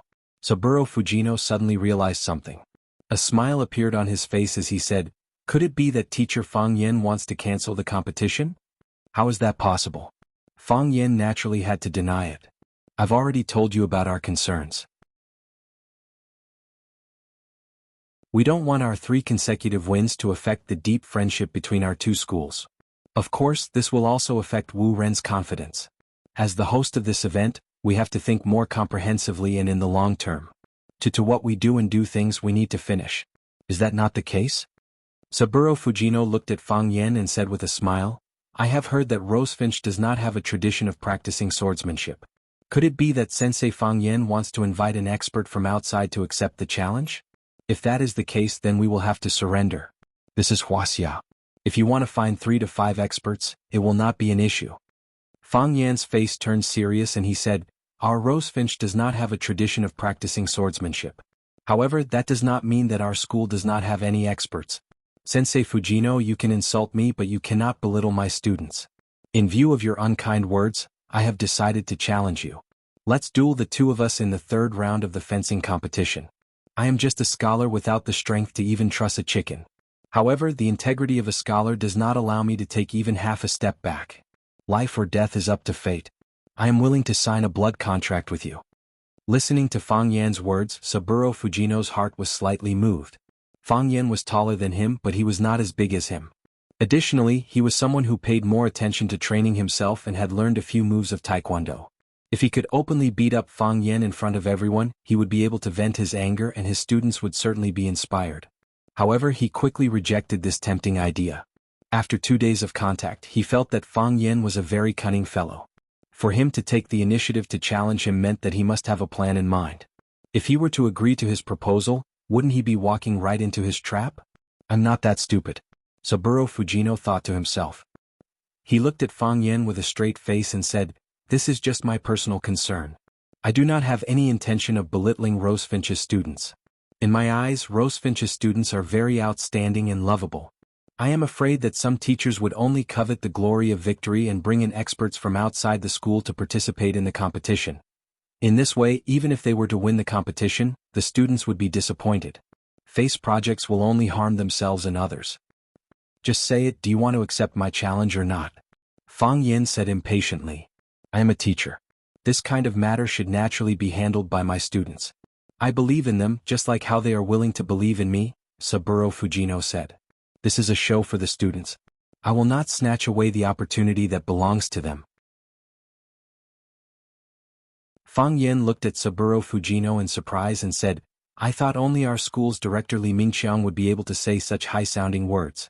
It turns out that Teacher Fujino is even better than Director Li. What did you say? Teacher Fujino, you understand what I mean, Fang Yan smiled. We are both language teachers. Our ability to understand words is deeper than others. Isn't that right? Saburo Fujino felt like hitting someone again. He said, There is no point in talking so much. Let's get ready for the competition. Our team members have already been chosen. What about your team members? They have already been chosen, Fang Yan said confidently. The kendo competition will be held in the school's Taekwondo dojo. Like the art club, calligraphy club, literature club and gaming club, this was a club established by several students who loved Taekwondo. Later, as the number of students participating increased, the school opened a dojo specifically for the Taekwondo club to provide training for the students. When the members of Warren's delegation saw the logo of the Taekwondo dojo, a strange expression appeared on their faces.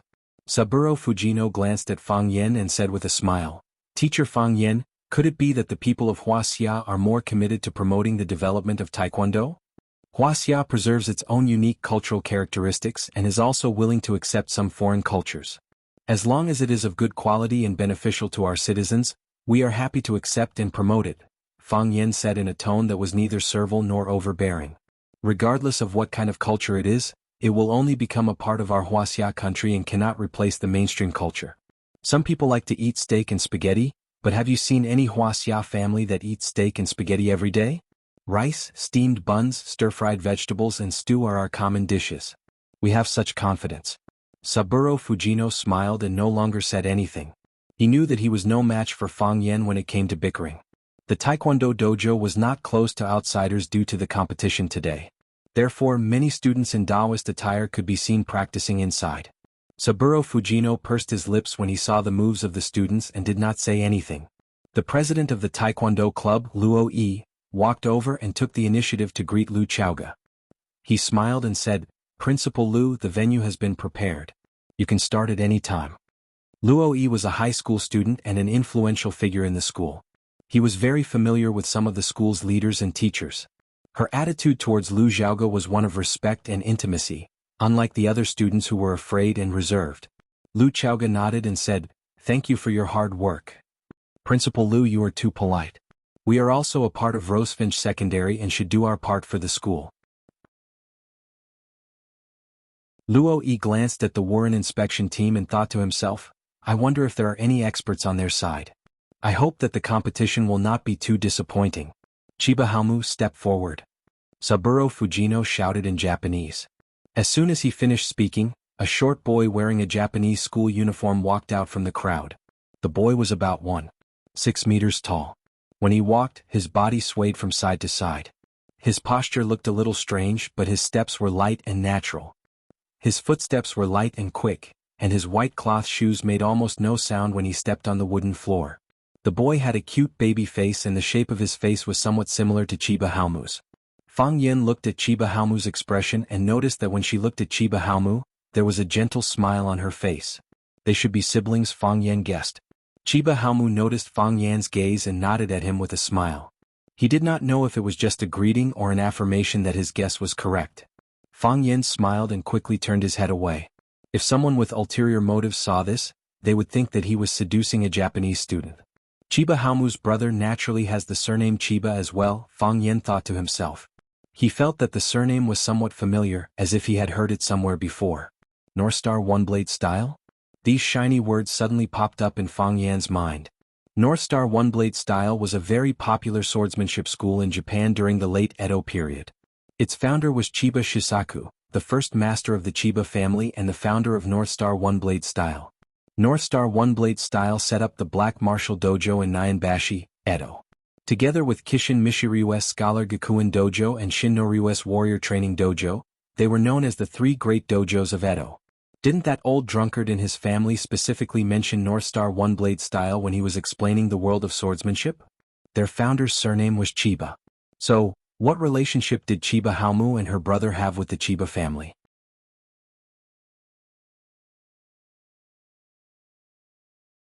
Chapter 84. Fang Yan's guess was right. Chiba Keiru and Chiba Haomu were really siblings, and they were indeed the descendants of Chiba Josua. The North Star Ito Ryu was a famous Japanese sword technique that had been passed down for hundreds of years. As a girl, Chiba Kaori was more inclined to enjoy the visual and sensory aspects of the tea ceremony. Chiba Takeshi was a male descendant of the Chiba family. He had been trained by the family in swordsmanship and physical fitness since he was young. Both of them studied at Warren High School, a famous private school in Japan. Both of them were well-known figures in the school. Chiba Kaori was gentle, beautiful, and had an outstanding temperament. She was also the president of the school's tea ceremony club. She was the undisputed goddess of the school. Her status in Warren Senior High School was similar to that of Qin Etienne in Rosefinch. As for Chiba Haomu, he was adorable and skilled in swordsmanship. He was very popular with both boys and girls, and he had a group of hardcore supporters. This time, Saburo Fujino had taken the initiative to issue a challenge. Additionally, he had declared that he wanted to compete with Fang Yen in the way of tea, calligraphy, and fencing. Truth be told, he had dug a big hole for Fang Yen. Saburo Fujino had a clear understanding of the strength of his team members. They had a world-class tea master, a calligraphy master, and a kendo expert. If they were to compete in these three areas, wouldn't they be able to win 3 out of 3 matches? They would be able to trample Huasia's team into the mud, leaving not even their bones behind. He did not guess the beginning correctly, nor could he guess the ending correctly. Chiba Kaori, whom he had high hopes for, had lost. Ueno Nobita had also lost. Now he had placed all his hopes on Chiba Haomu. Teacher. Chiba Takeshi stood before Saburo Fujino. Saburo Fujino patted Chiba Haomu's shoulder. He wanted to say something, but there was an inexplicable sadness in his heart. After a long while, he calmed down a little and said in a deep voice, "Please win." Chiba Haomu nodded with a smile and said, "I understand, teacher." Chiba Haomu understood. All the members of the Wu Rin inspection team understood. They had already lost 2 rounds. If they lost the last round as well, then they would be shaved bald by Huaxia. This was a great humiliation. Hence, the other students of Wu Rin University gathered around them. Good martial arts, good luck. Good fight. You must win. Xingye is good at martial arts. We believe in you. Chiba Sun walked up to Chiba Haowu and smiled silently. Just do your best. No, sister, I want to win. Chiba Haowu also smiled. His smile was as bright as the sun. What an adorable boy. Win back what you lost. The smile on Chiba Kaori's face gradually faded. She seriously looked into Chiba Haomu's eyes and said, "Little brother, don't mess around." "This is war," Chiba Haomu said. "Sister, there must be a winner and a loser in a war. If it wasn't like that, then the battle between martial artists would have lost its meaning." "But, sister, no buts. Our family motto is courage and wisdom." Without hesitation, Saburo Fujino looked at Fang Yen and asked, "Teacher Fang Yen, our team members have stepped forward. How long are you going to hide your contestants?" What? A wooden door was pushed open from the inside. Tangqing, dressed in a white Taoist robe, walked out with a wooden sword in his hand. He said in a clear voice, "I've been waiting for you for a long time." Clatter. The students of Rosefinch Secondary immediately applauded. Tangqing is so handsome. His outfit is really not bad. As expected of the school hunk. I can't help but admire him. I knew it was Tangqing. I heard that Tangqing's kung fu is very powerful. It had to be said that this kid, Tangqing, was praised by the girls of Rosefinch Secondary as the school hunk. He really did have some skill. Not to mention his dazzling results and outstanding skills, just the way he walked out in the white Taoist robe of the Taekwondo club while holding a wooden sword gave people the feeling of a handsome and elegant young man. His slender figure, exquisite facial features, and the natural arrogance he exuded made him really attractive to young girls. Fang Yen walked in front of Tangqing and said with a smile, "Have you thought it through?" "I didn't come for you," Tangqing said. "If you think that I'm participating in this competition because of you, I'm afraid I'll have to disappoint you. It doesn't matter who you came for. As long as you stand here today, you will be my good student." Fang Yen patted Tangqing's shoulder. Tangqing frowned. In the end, he did not slap away Fang Yan's restless palm in front of everyone. The members of both sides were in place. Tangqing had already changed his attire and was ready to fight. Fang Yen looked at Saburo Fujino and said, "Let your team members go in and change their clothes." Saburo Fujino said a few words to Chiba Haomu. Chiba Haomu nodded and followed Luo Yi to the changing room where the new Taoist robes were prepared. When Chiba Haomu came out wearing a black Taoist robe and holding a wooden sword of his choice, the match was about to begin. Luo Yi was the president of the Taekwondo club and the only judge for this competition. Fencing was different from other competitions. The winner and loser were clear at a glance. Therefore, there was no need for too many judges to vote. Luo Yi stood between the two of them and said in English that they could understand, "Do you want to wear protective gear?" Both Tangqing and Chiba Haomu shook their heads and refused. They did not have the habit of wearing protective gear. Since both sides have chosen not to wear protective gear, then I would like to propose 3 rules. First, you are not allowed to stab your opponent's vital parts. Second, the winning side is not allowed to kill anyone. Most importantly, when I say stop, you must stop immediately. He was afraid that the two of them would fight to the death. If that happened, things would become difficult to deal with. Although they were both using wooden swords, their fists could kill people. Not to mention, the wooden swords in the hands of these experts were not much different from real iron swords. Both Tangqing and Chiba Haomu nodded to show that they understood. Luo Yi took 3 steps back and said, "Members from both sides, salute." Tangqing and Chiba Haomu bowed to each other and performed the traditional etiquette. "Ready?" Luo Yi shouted. After the two of them had finished their preparations, Luo Yi shouted, "Ready!"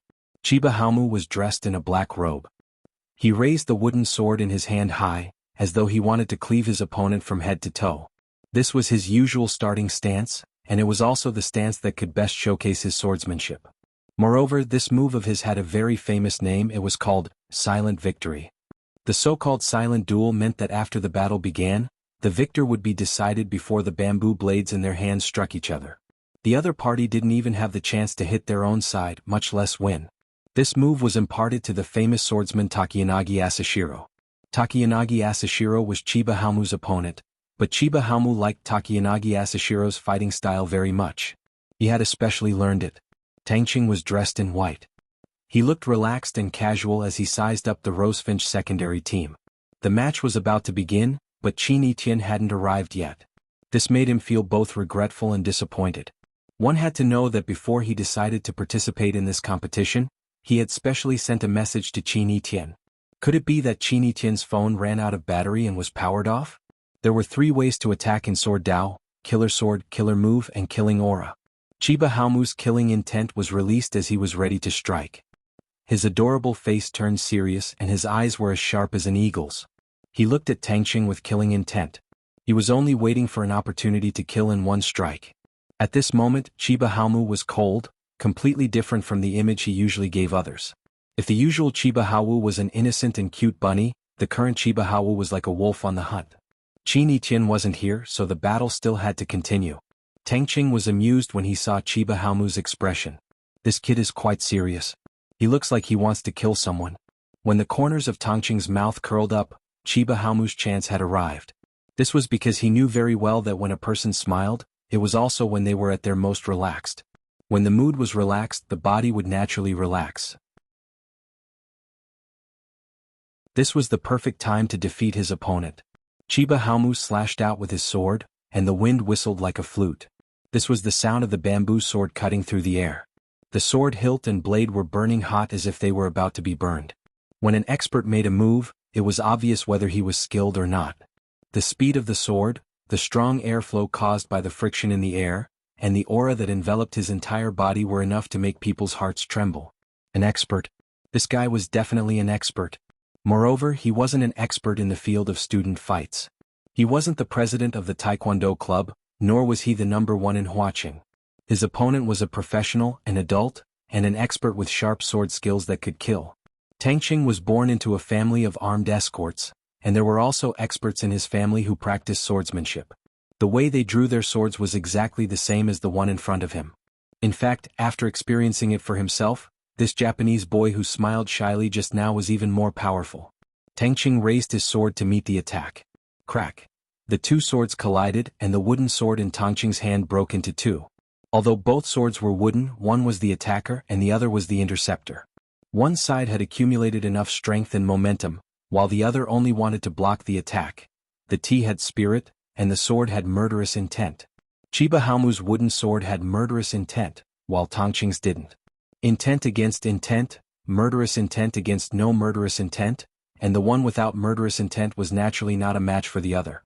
Chiba Haomu seemed to have predicted this scene.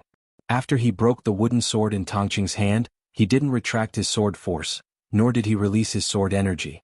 The sword continued to slash downwards, aiming straight for Tangqing's head. "Don't!" The crowd shouted loudly. Some of the more timid girls couldn't help but close their eyes. They didn't dare to watch the tragedy that was about to happen.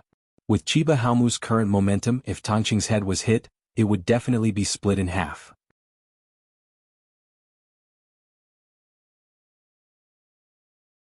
Chapter 85. Wielding a killing sword in his hand, his intent was to kill the hearts of others. Chiba Haomu had grasped the essence of swordsmanship, learned sword techniques, nurtured killing intent, and was known as a high-level swordsman. At such a young age, he was able to attain such a level of attainment in swordsmanship.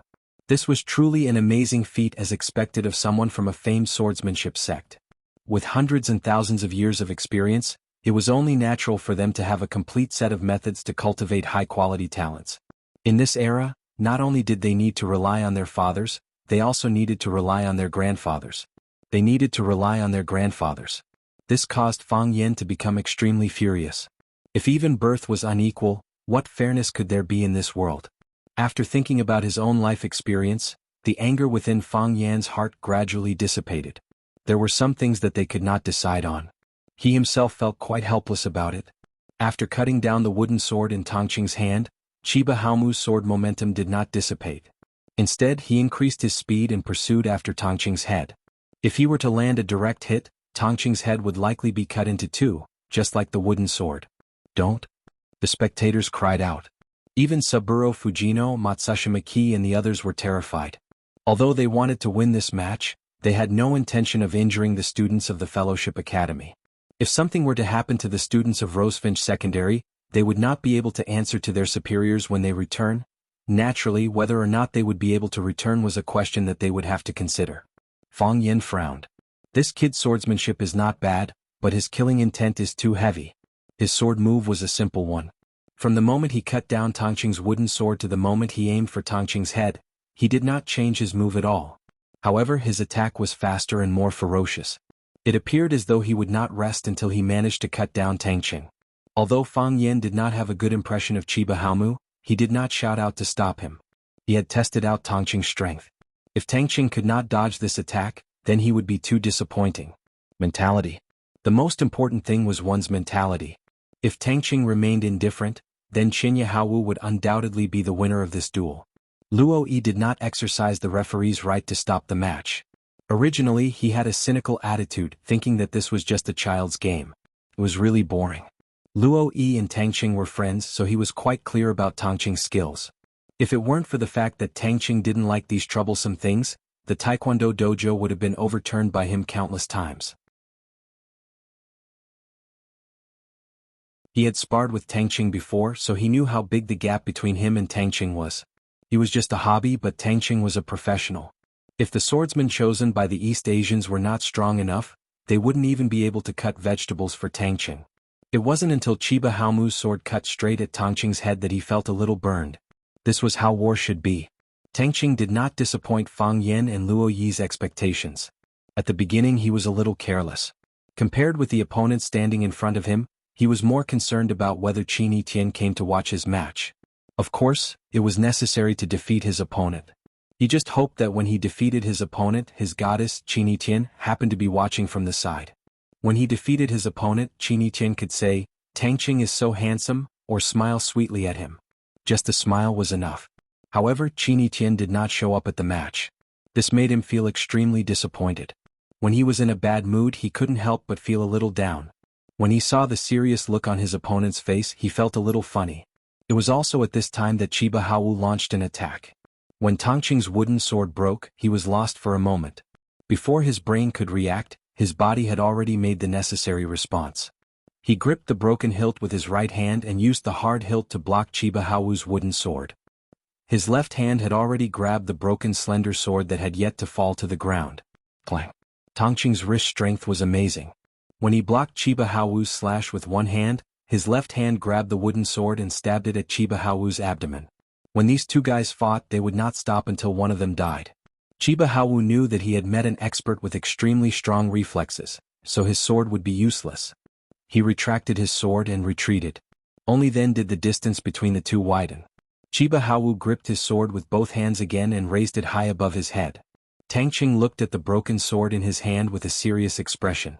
His eyes also became unprecedentedly serious. They knew that his opponent was an expert worthy of respect. "Tongqing, do you want to change your sword?" Luo Yi asked. He was the referee, so he was naturally willing to make things easier for Tongqing. Luo Yi could also see that Chiba Haowu was very powerful. If Tongqing kept using a broken sword, he might really be taken advantage of by this Japanese. Tongqing shook his head. "No need. If he doesn't change his sword, I won't either." "Be careful," Luo Yi warned. He didn't force the issue. Tongqing threw the broken sword in his left hand to the ground, leaving only the broken sword in his right hand. The wooden sword split down the middle. Part of it fell off while the other part remained on the hilt. Thus, the sword hilt became a sharp dagger. Using a short sword against a long sword would definitely be disadvantageous in terms of distance and gravity. However, as long as Tongqing could get close to Chiba Haowu and attack him at close range, the long sword in Chiba Haowu's hand would become a burden. Clang, the two charged at the same time. Chiba Haowu did the same thing as before, slashing down with 180 degrees of gravity. The difference was that he was faster, and the angle of his attack was more strange and tricky, making it difficult to guard against. Tongqing dodged to the side, the short sword in his hand stabbing toward Chiba Haowu's left ribs. So, the long sword in Chiba Haowu's hand quickly changed from a heavy slash to a horizontal slash, slashing toward Tongqing's neck. Tongqing's steps were graceful, and his body had already moved out of the attack range of the wooden sword. Both of them were young and full of vigor, wanting to win this match. Chiba Haowu's advantage lay in his speed and ruthlessness, while Tongqing's advantage lay in his agility and steadiness. The two of them fought with speed, and the flashes of their swords and blades dazzled the onlookers.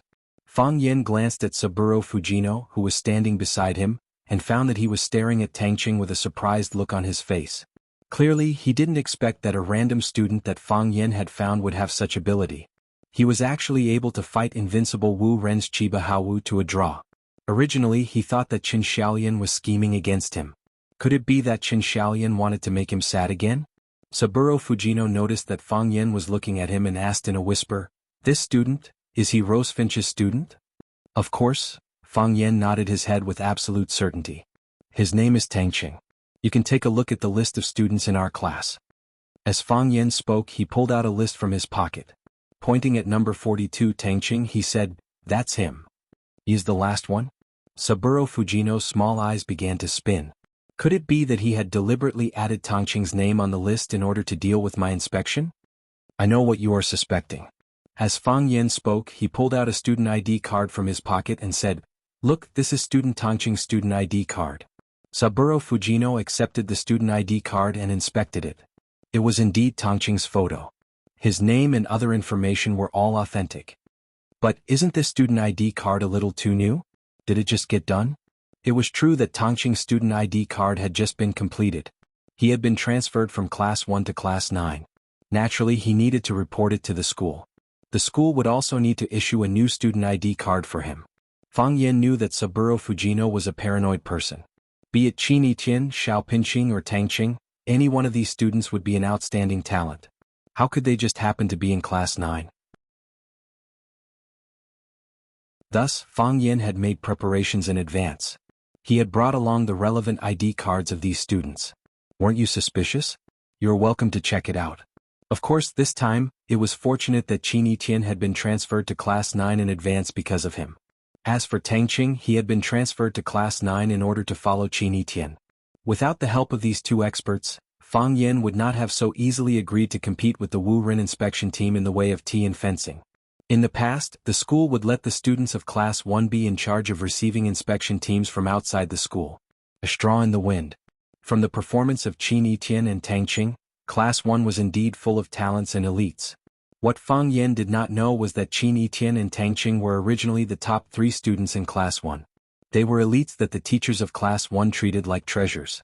The two of them skipped Class 1 after the other, causing Class 1's teacher in charge to be heartbroken. He hated Fang Yen to the core. If it were not for Lu Chaoga speaking up for Fang Yen, Class 1's teacher in charge would have long since jumped out and thrown a pair of white gloves at Fang Yen's face. "It was just done," Fang Yen answered honestly.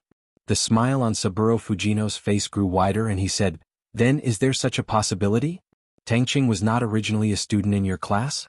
Is he a student from another class or school? For the sake of this competition, did you specially invite him over?" Fang Yen looked at Saburo Fujino with a smile and said, "Fujino-sensei's questioning expression is truly amusing. Like a cute woman." "Teacher Fang Yen, what do you mean by that?" Saburo Fujino stared at Fang Yen warily. "This fellow could not possibly have that kind of hobby, right? I am a decent person. I have heard that there are 2 types of women. Those who are good-looking but unreasonable and those who are not good-looking but unreasonable. I feel that Teacher Fujino is very similar to the second type of woman." Fang Yen. Saburo Fujino was truly furious. He could still accept being called a woman. However, calling him an ugly woman was beyond the limits of what he could accept. "Teacher Fujino, are you a sore loser?" Fang Yen asked with a straight face.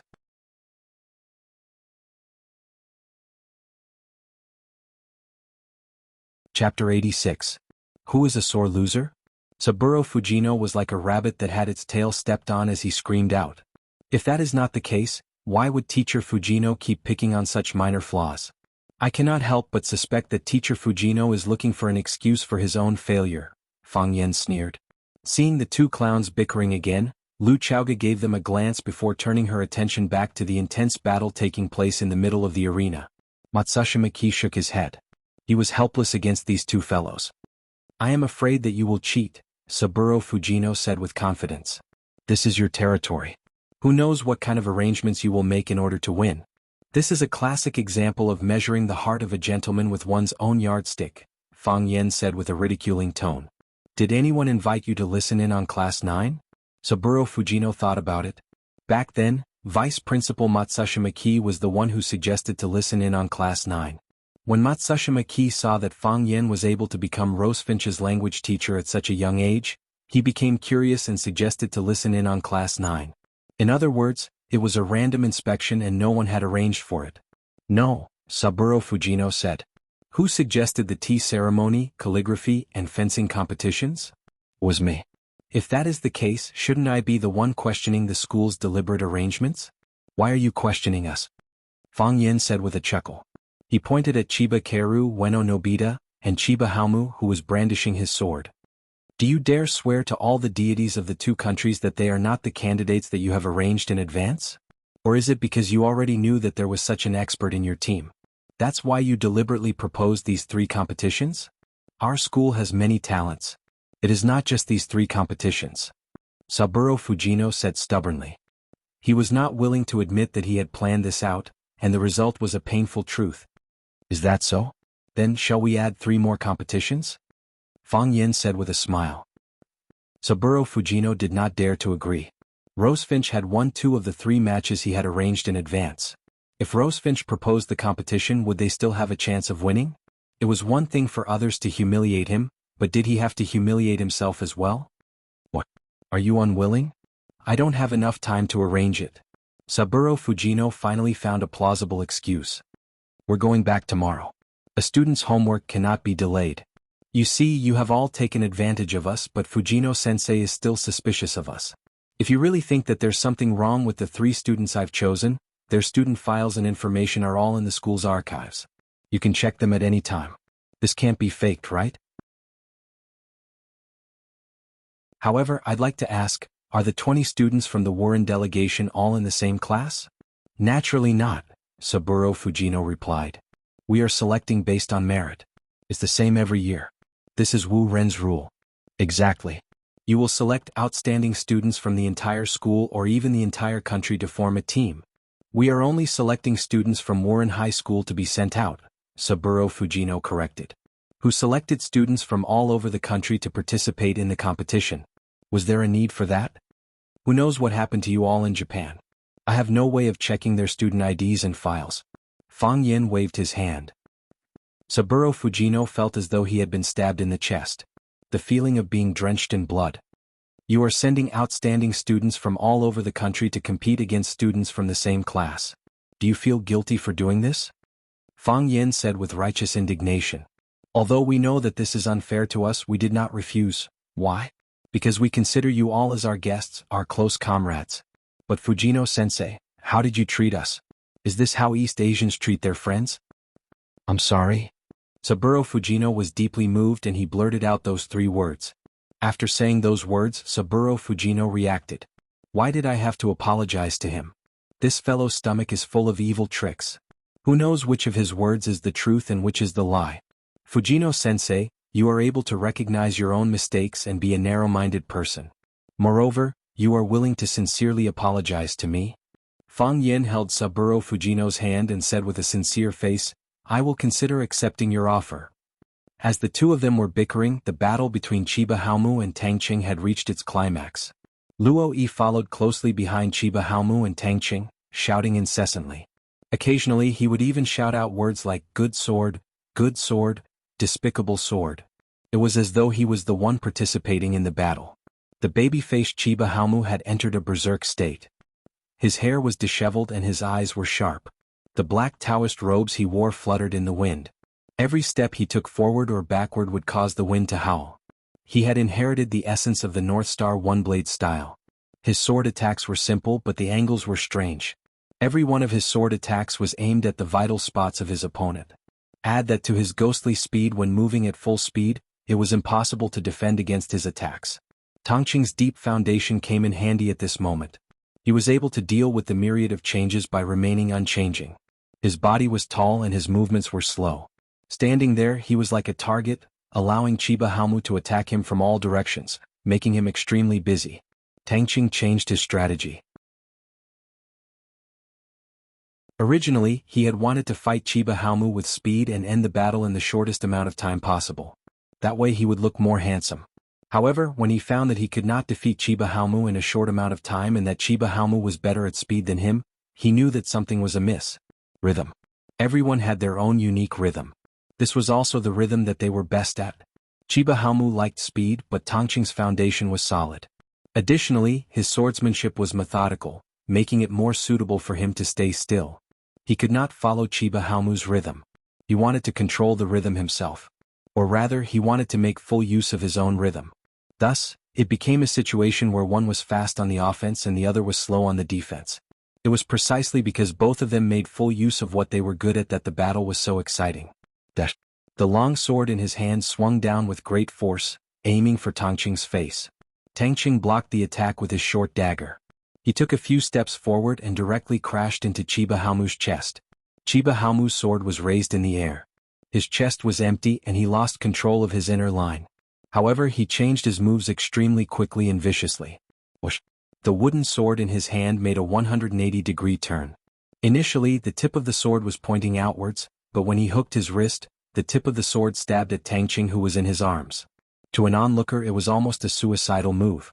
If he was holding a real sword in his hand, then when he stabbed Tangqing's body, it would be inevitable that he would also stab himself.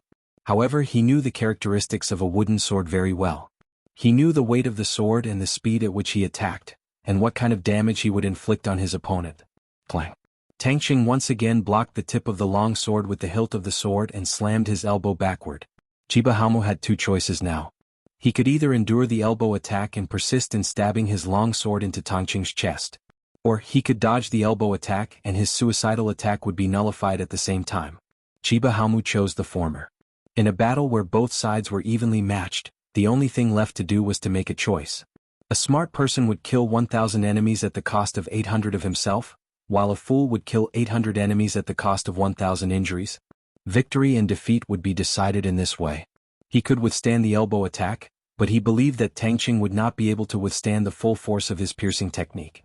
Ugh! Chiba Haomu grunted. His upper body fell backwards, but his lower body was unusually stable. Creak! The tip of the long sword in his hand moved forward with unstoppable force, grinding against the hilt. The tip of the sword inched closer to Tangqing's chest. As long as it pierced through, Tangqing would instantly lose the ability to fight. Of course, he would lose the ability to fight forever. Ah! A miserable scream rang out. The wooden sword in Chiba Haomu's hand fell to the ground. He clutched his abdomen with his right hand and staggered backward. Plop! His body fell on the wooden floor with a hideous expression. His forehead was dripping with sweat and he looked like he was in extreme pain. Tangqing stood still and sneered at Chiba Haomu, who was sitting on the ground. The sword hilt that he had been holding in his left hand to block the tip of the sword had been transferred to his right hand, and red blood was seeping out from the blade. Chiba Haomu. A group of people rushed over and surrounded Chiba Haomu. Saburo Fujino rushed to the front of Tangqing and roared, "Kid, you bastard, what did you do to him? What did you do to him?" Chiba Kaori's face was covered in tears as she cried, "Haomu, little brother, are you okay? How do you feel?" Matsushima Nori was a beat too slow to squeeze into the middle of the crowd. Her expression was ugly as she stared sharply at Lu Chaoga and said, "If anything happens to my student, we will definitely seek justice." Lu Chaoga calmly looked at Matsushima Nori and said, "We also don't want this to happen. Of course, I will respect any choice you make." Tangqing walked to the front of Fang Yen and threw the sword hilt in his hand to the ground. He said in a free and easy manner, "I won." After saying that, he turned around and left. "Be careful," someone shouted. Chiba Haomu, who was lying on the ground a moment ago, jumped up and stabbed the sword in his hand at Tangqing's back. This kid's eyes were bloodshot. You're tuning in to the Han Li's Wuxia Chronicles YouTube channel. We're so grateful for your support and don't forget to subscribe to join us on this incredible journey through captivating stories. Your generosity through donations truly makes a world of difference, as it's the primary source of revenue that allows me to expand and enhance this channel for you.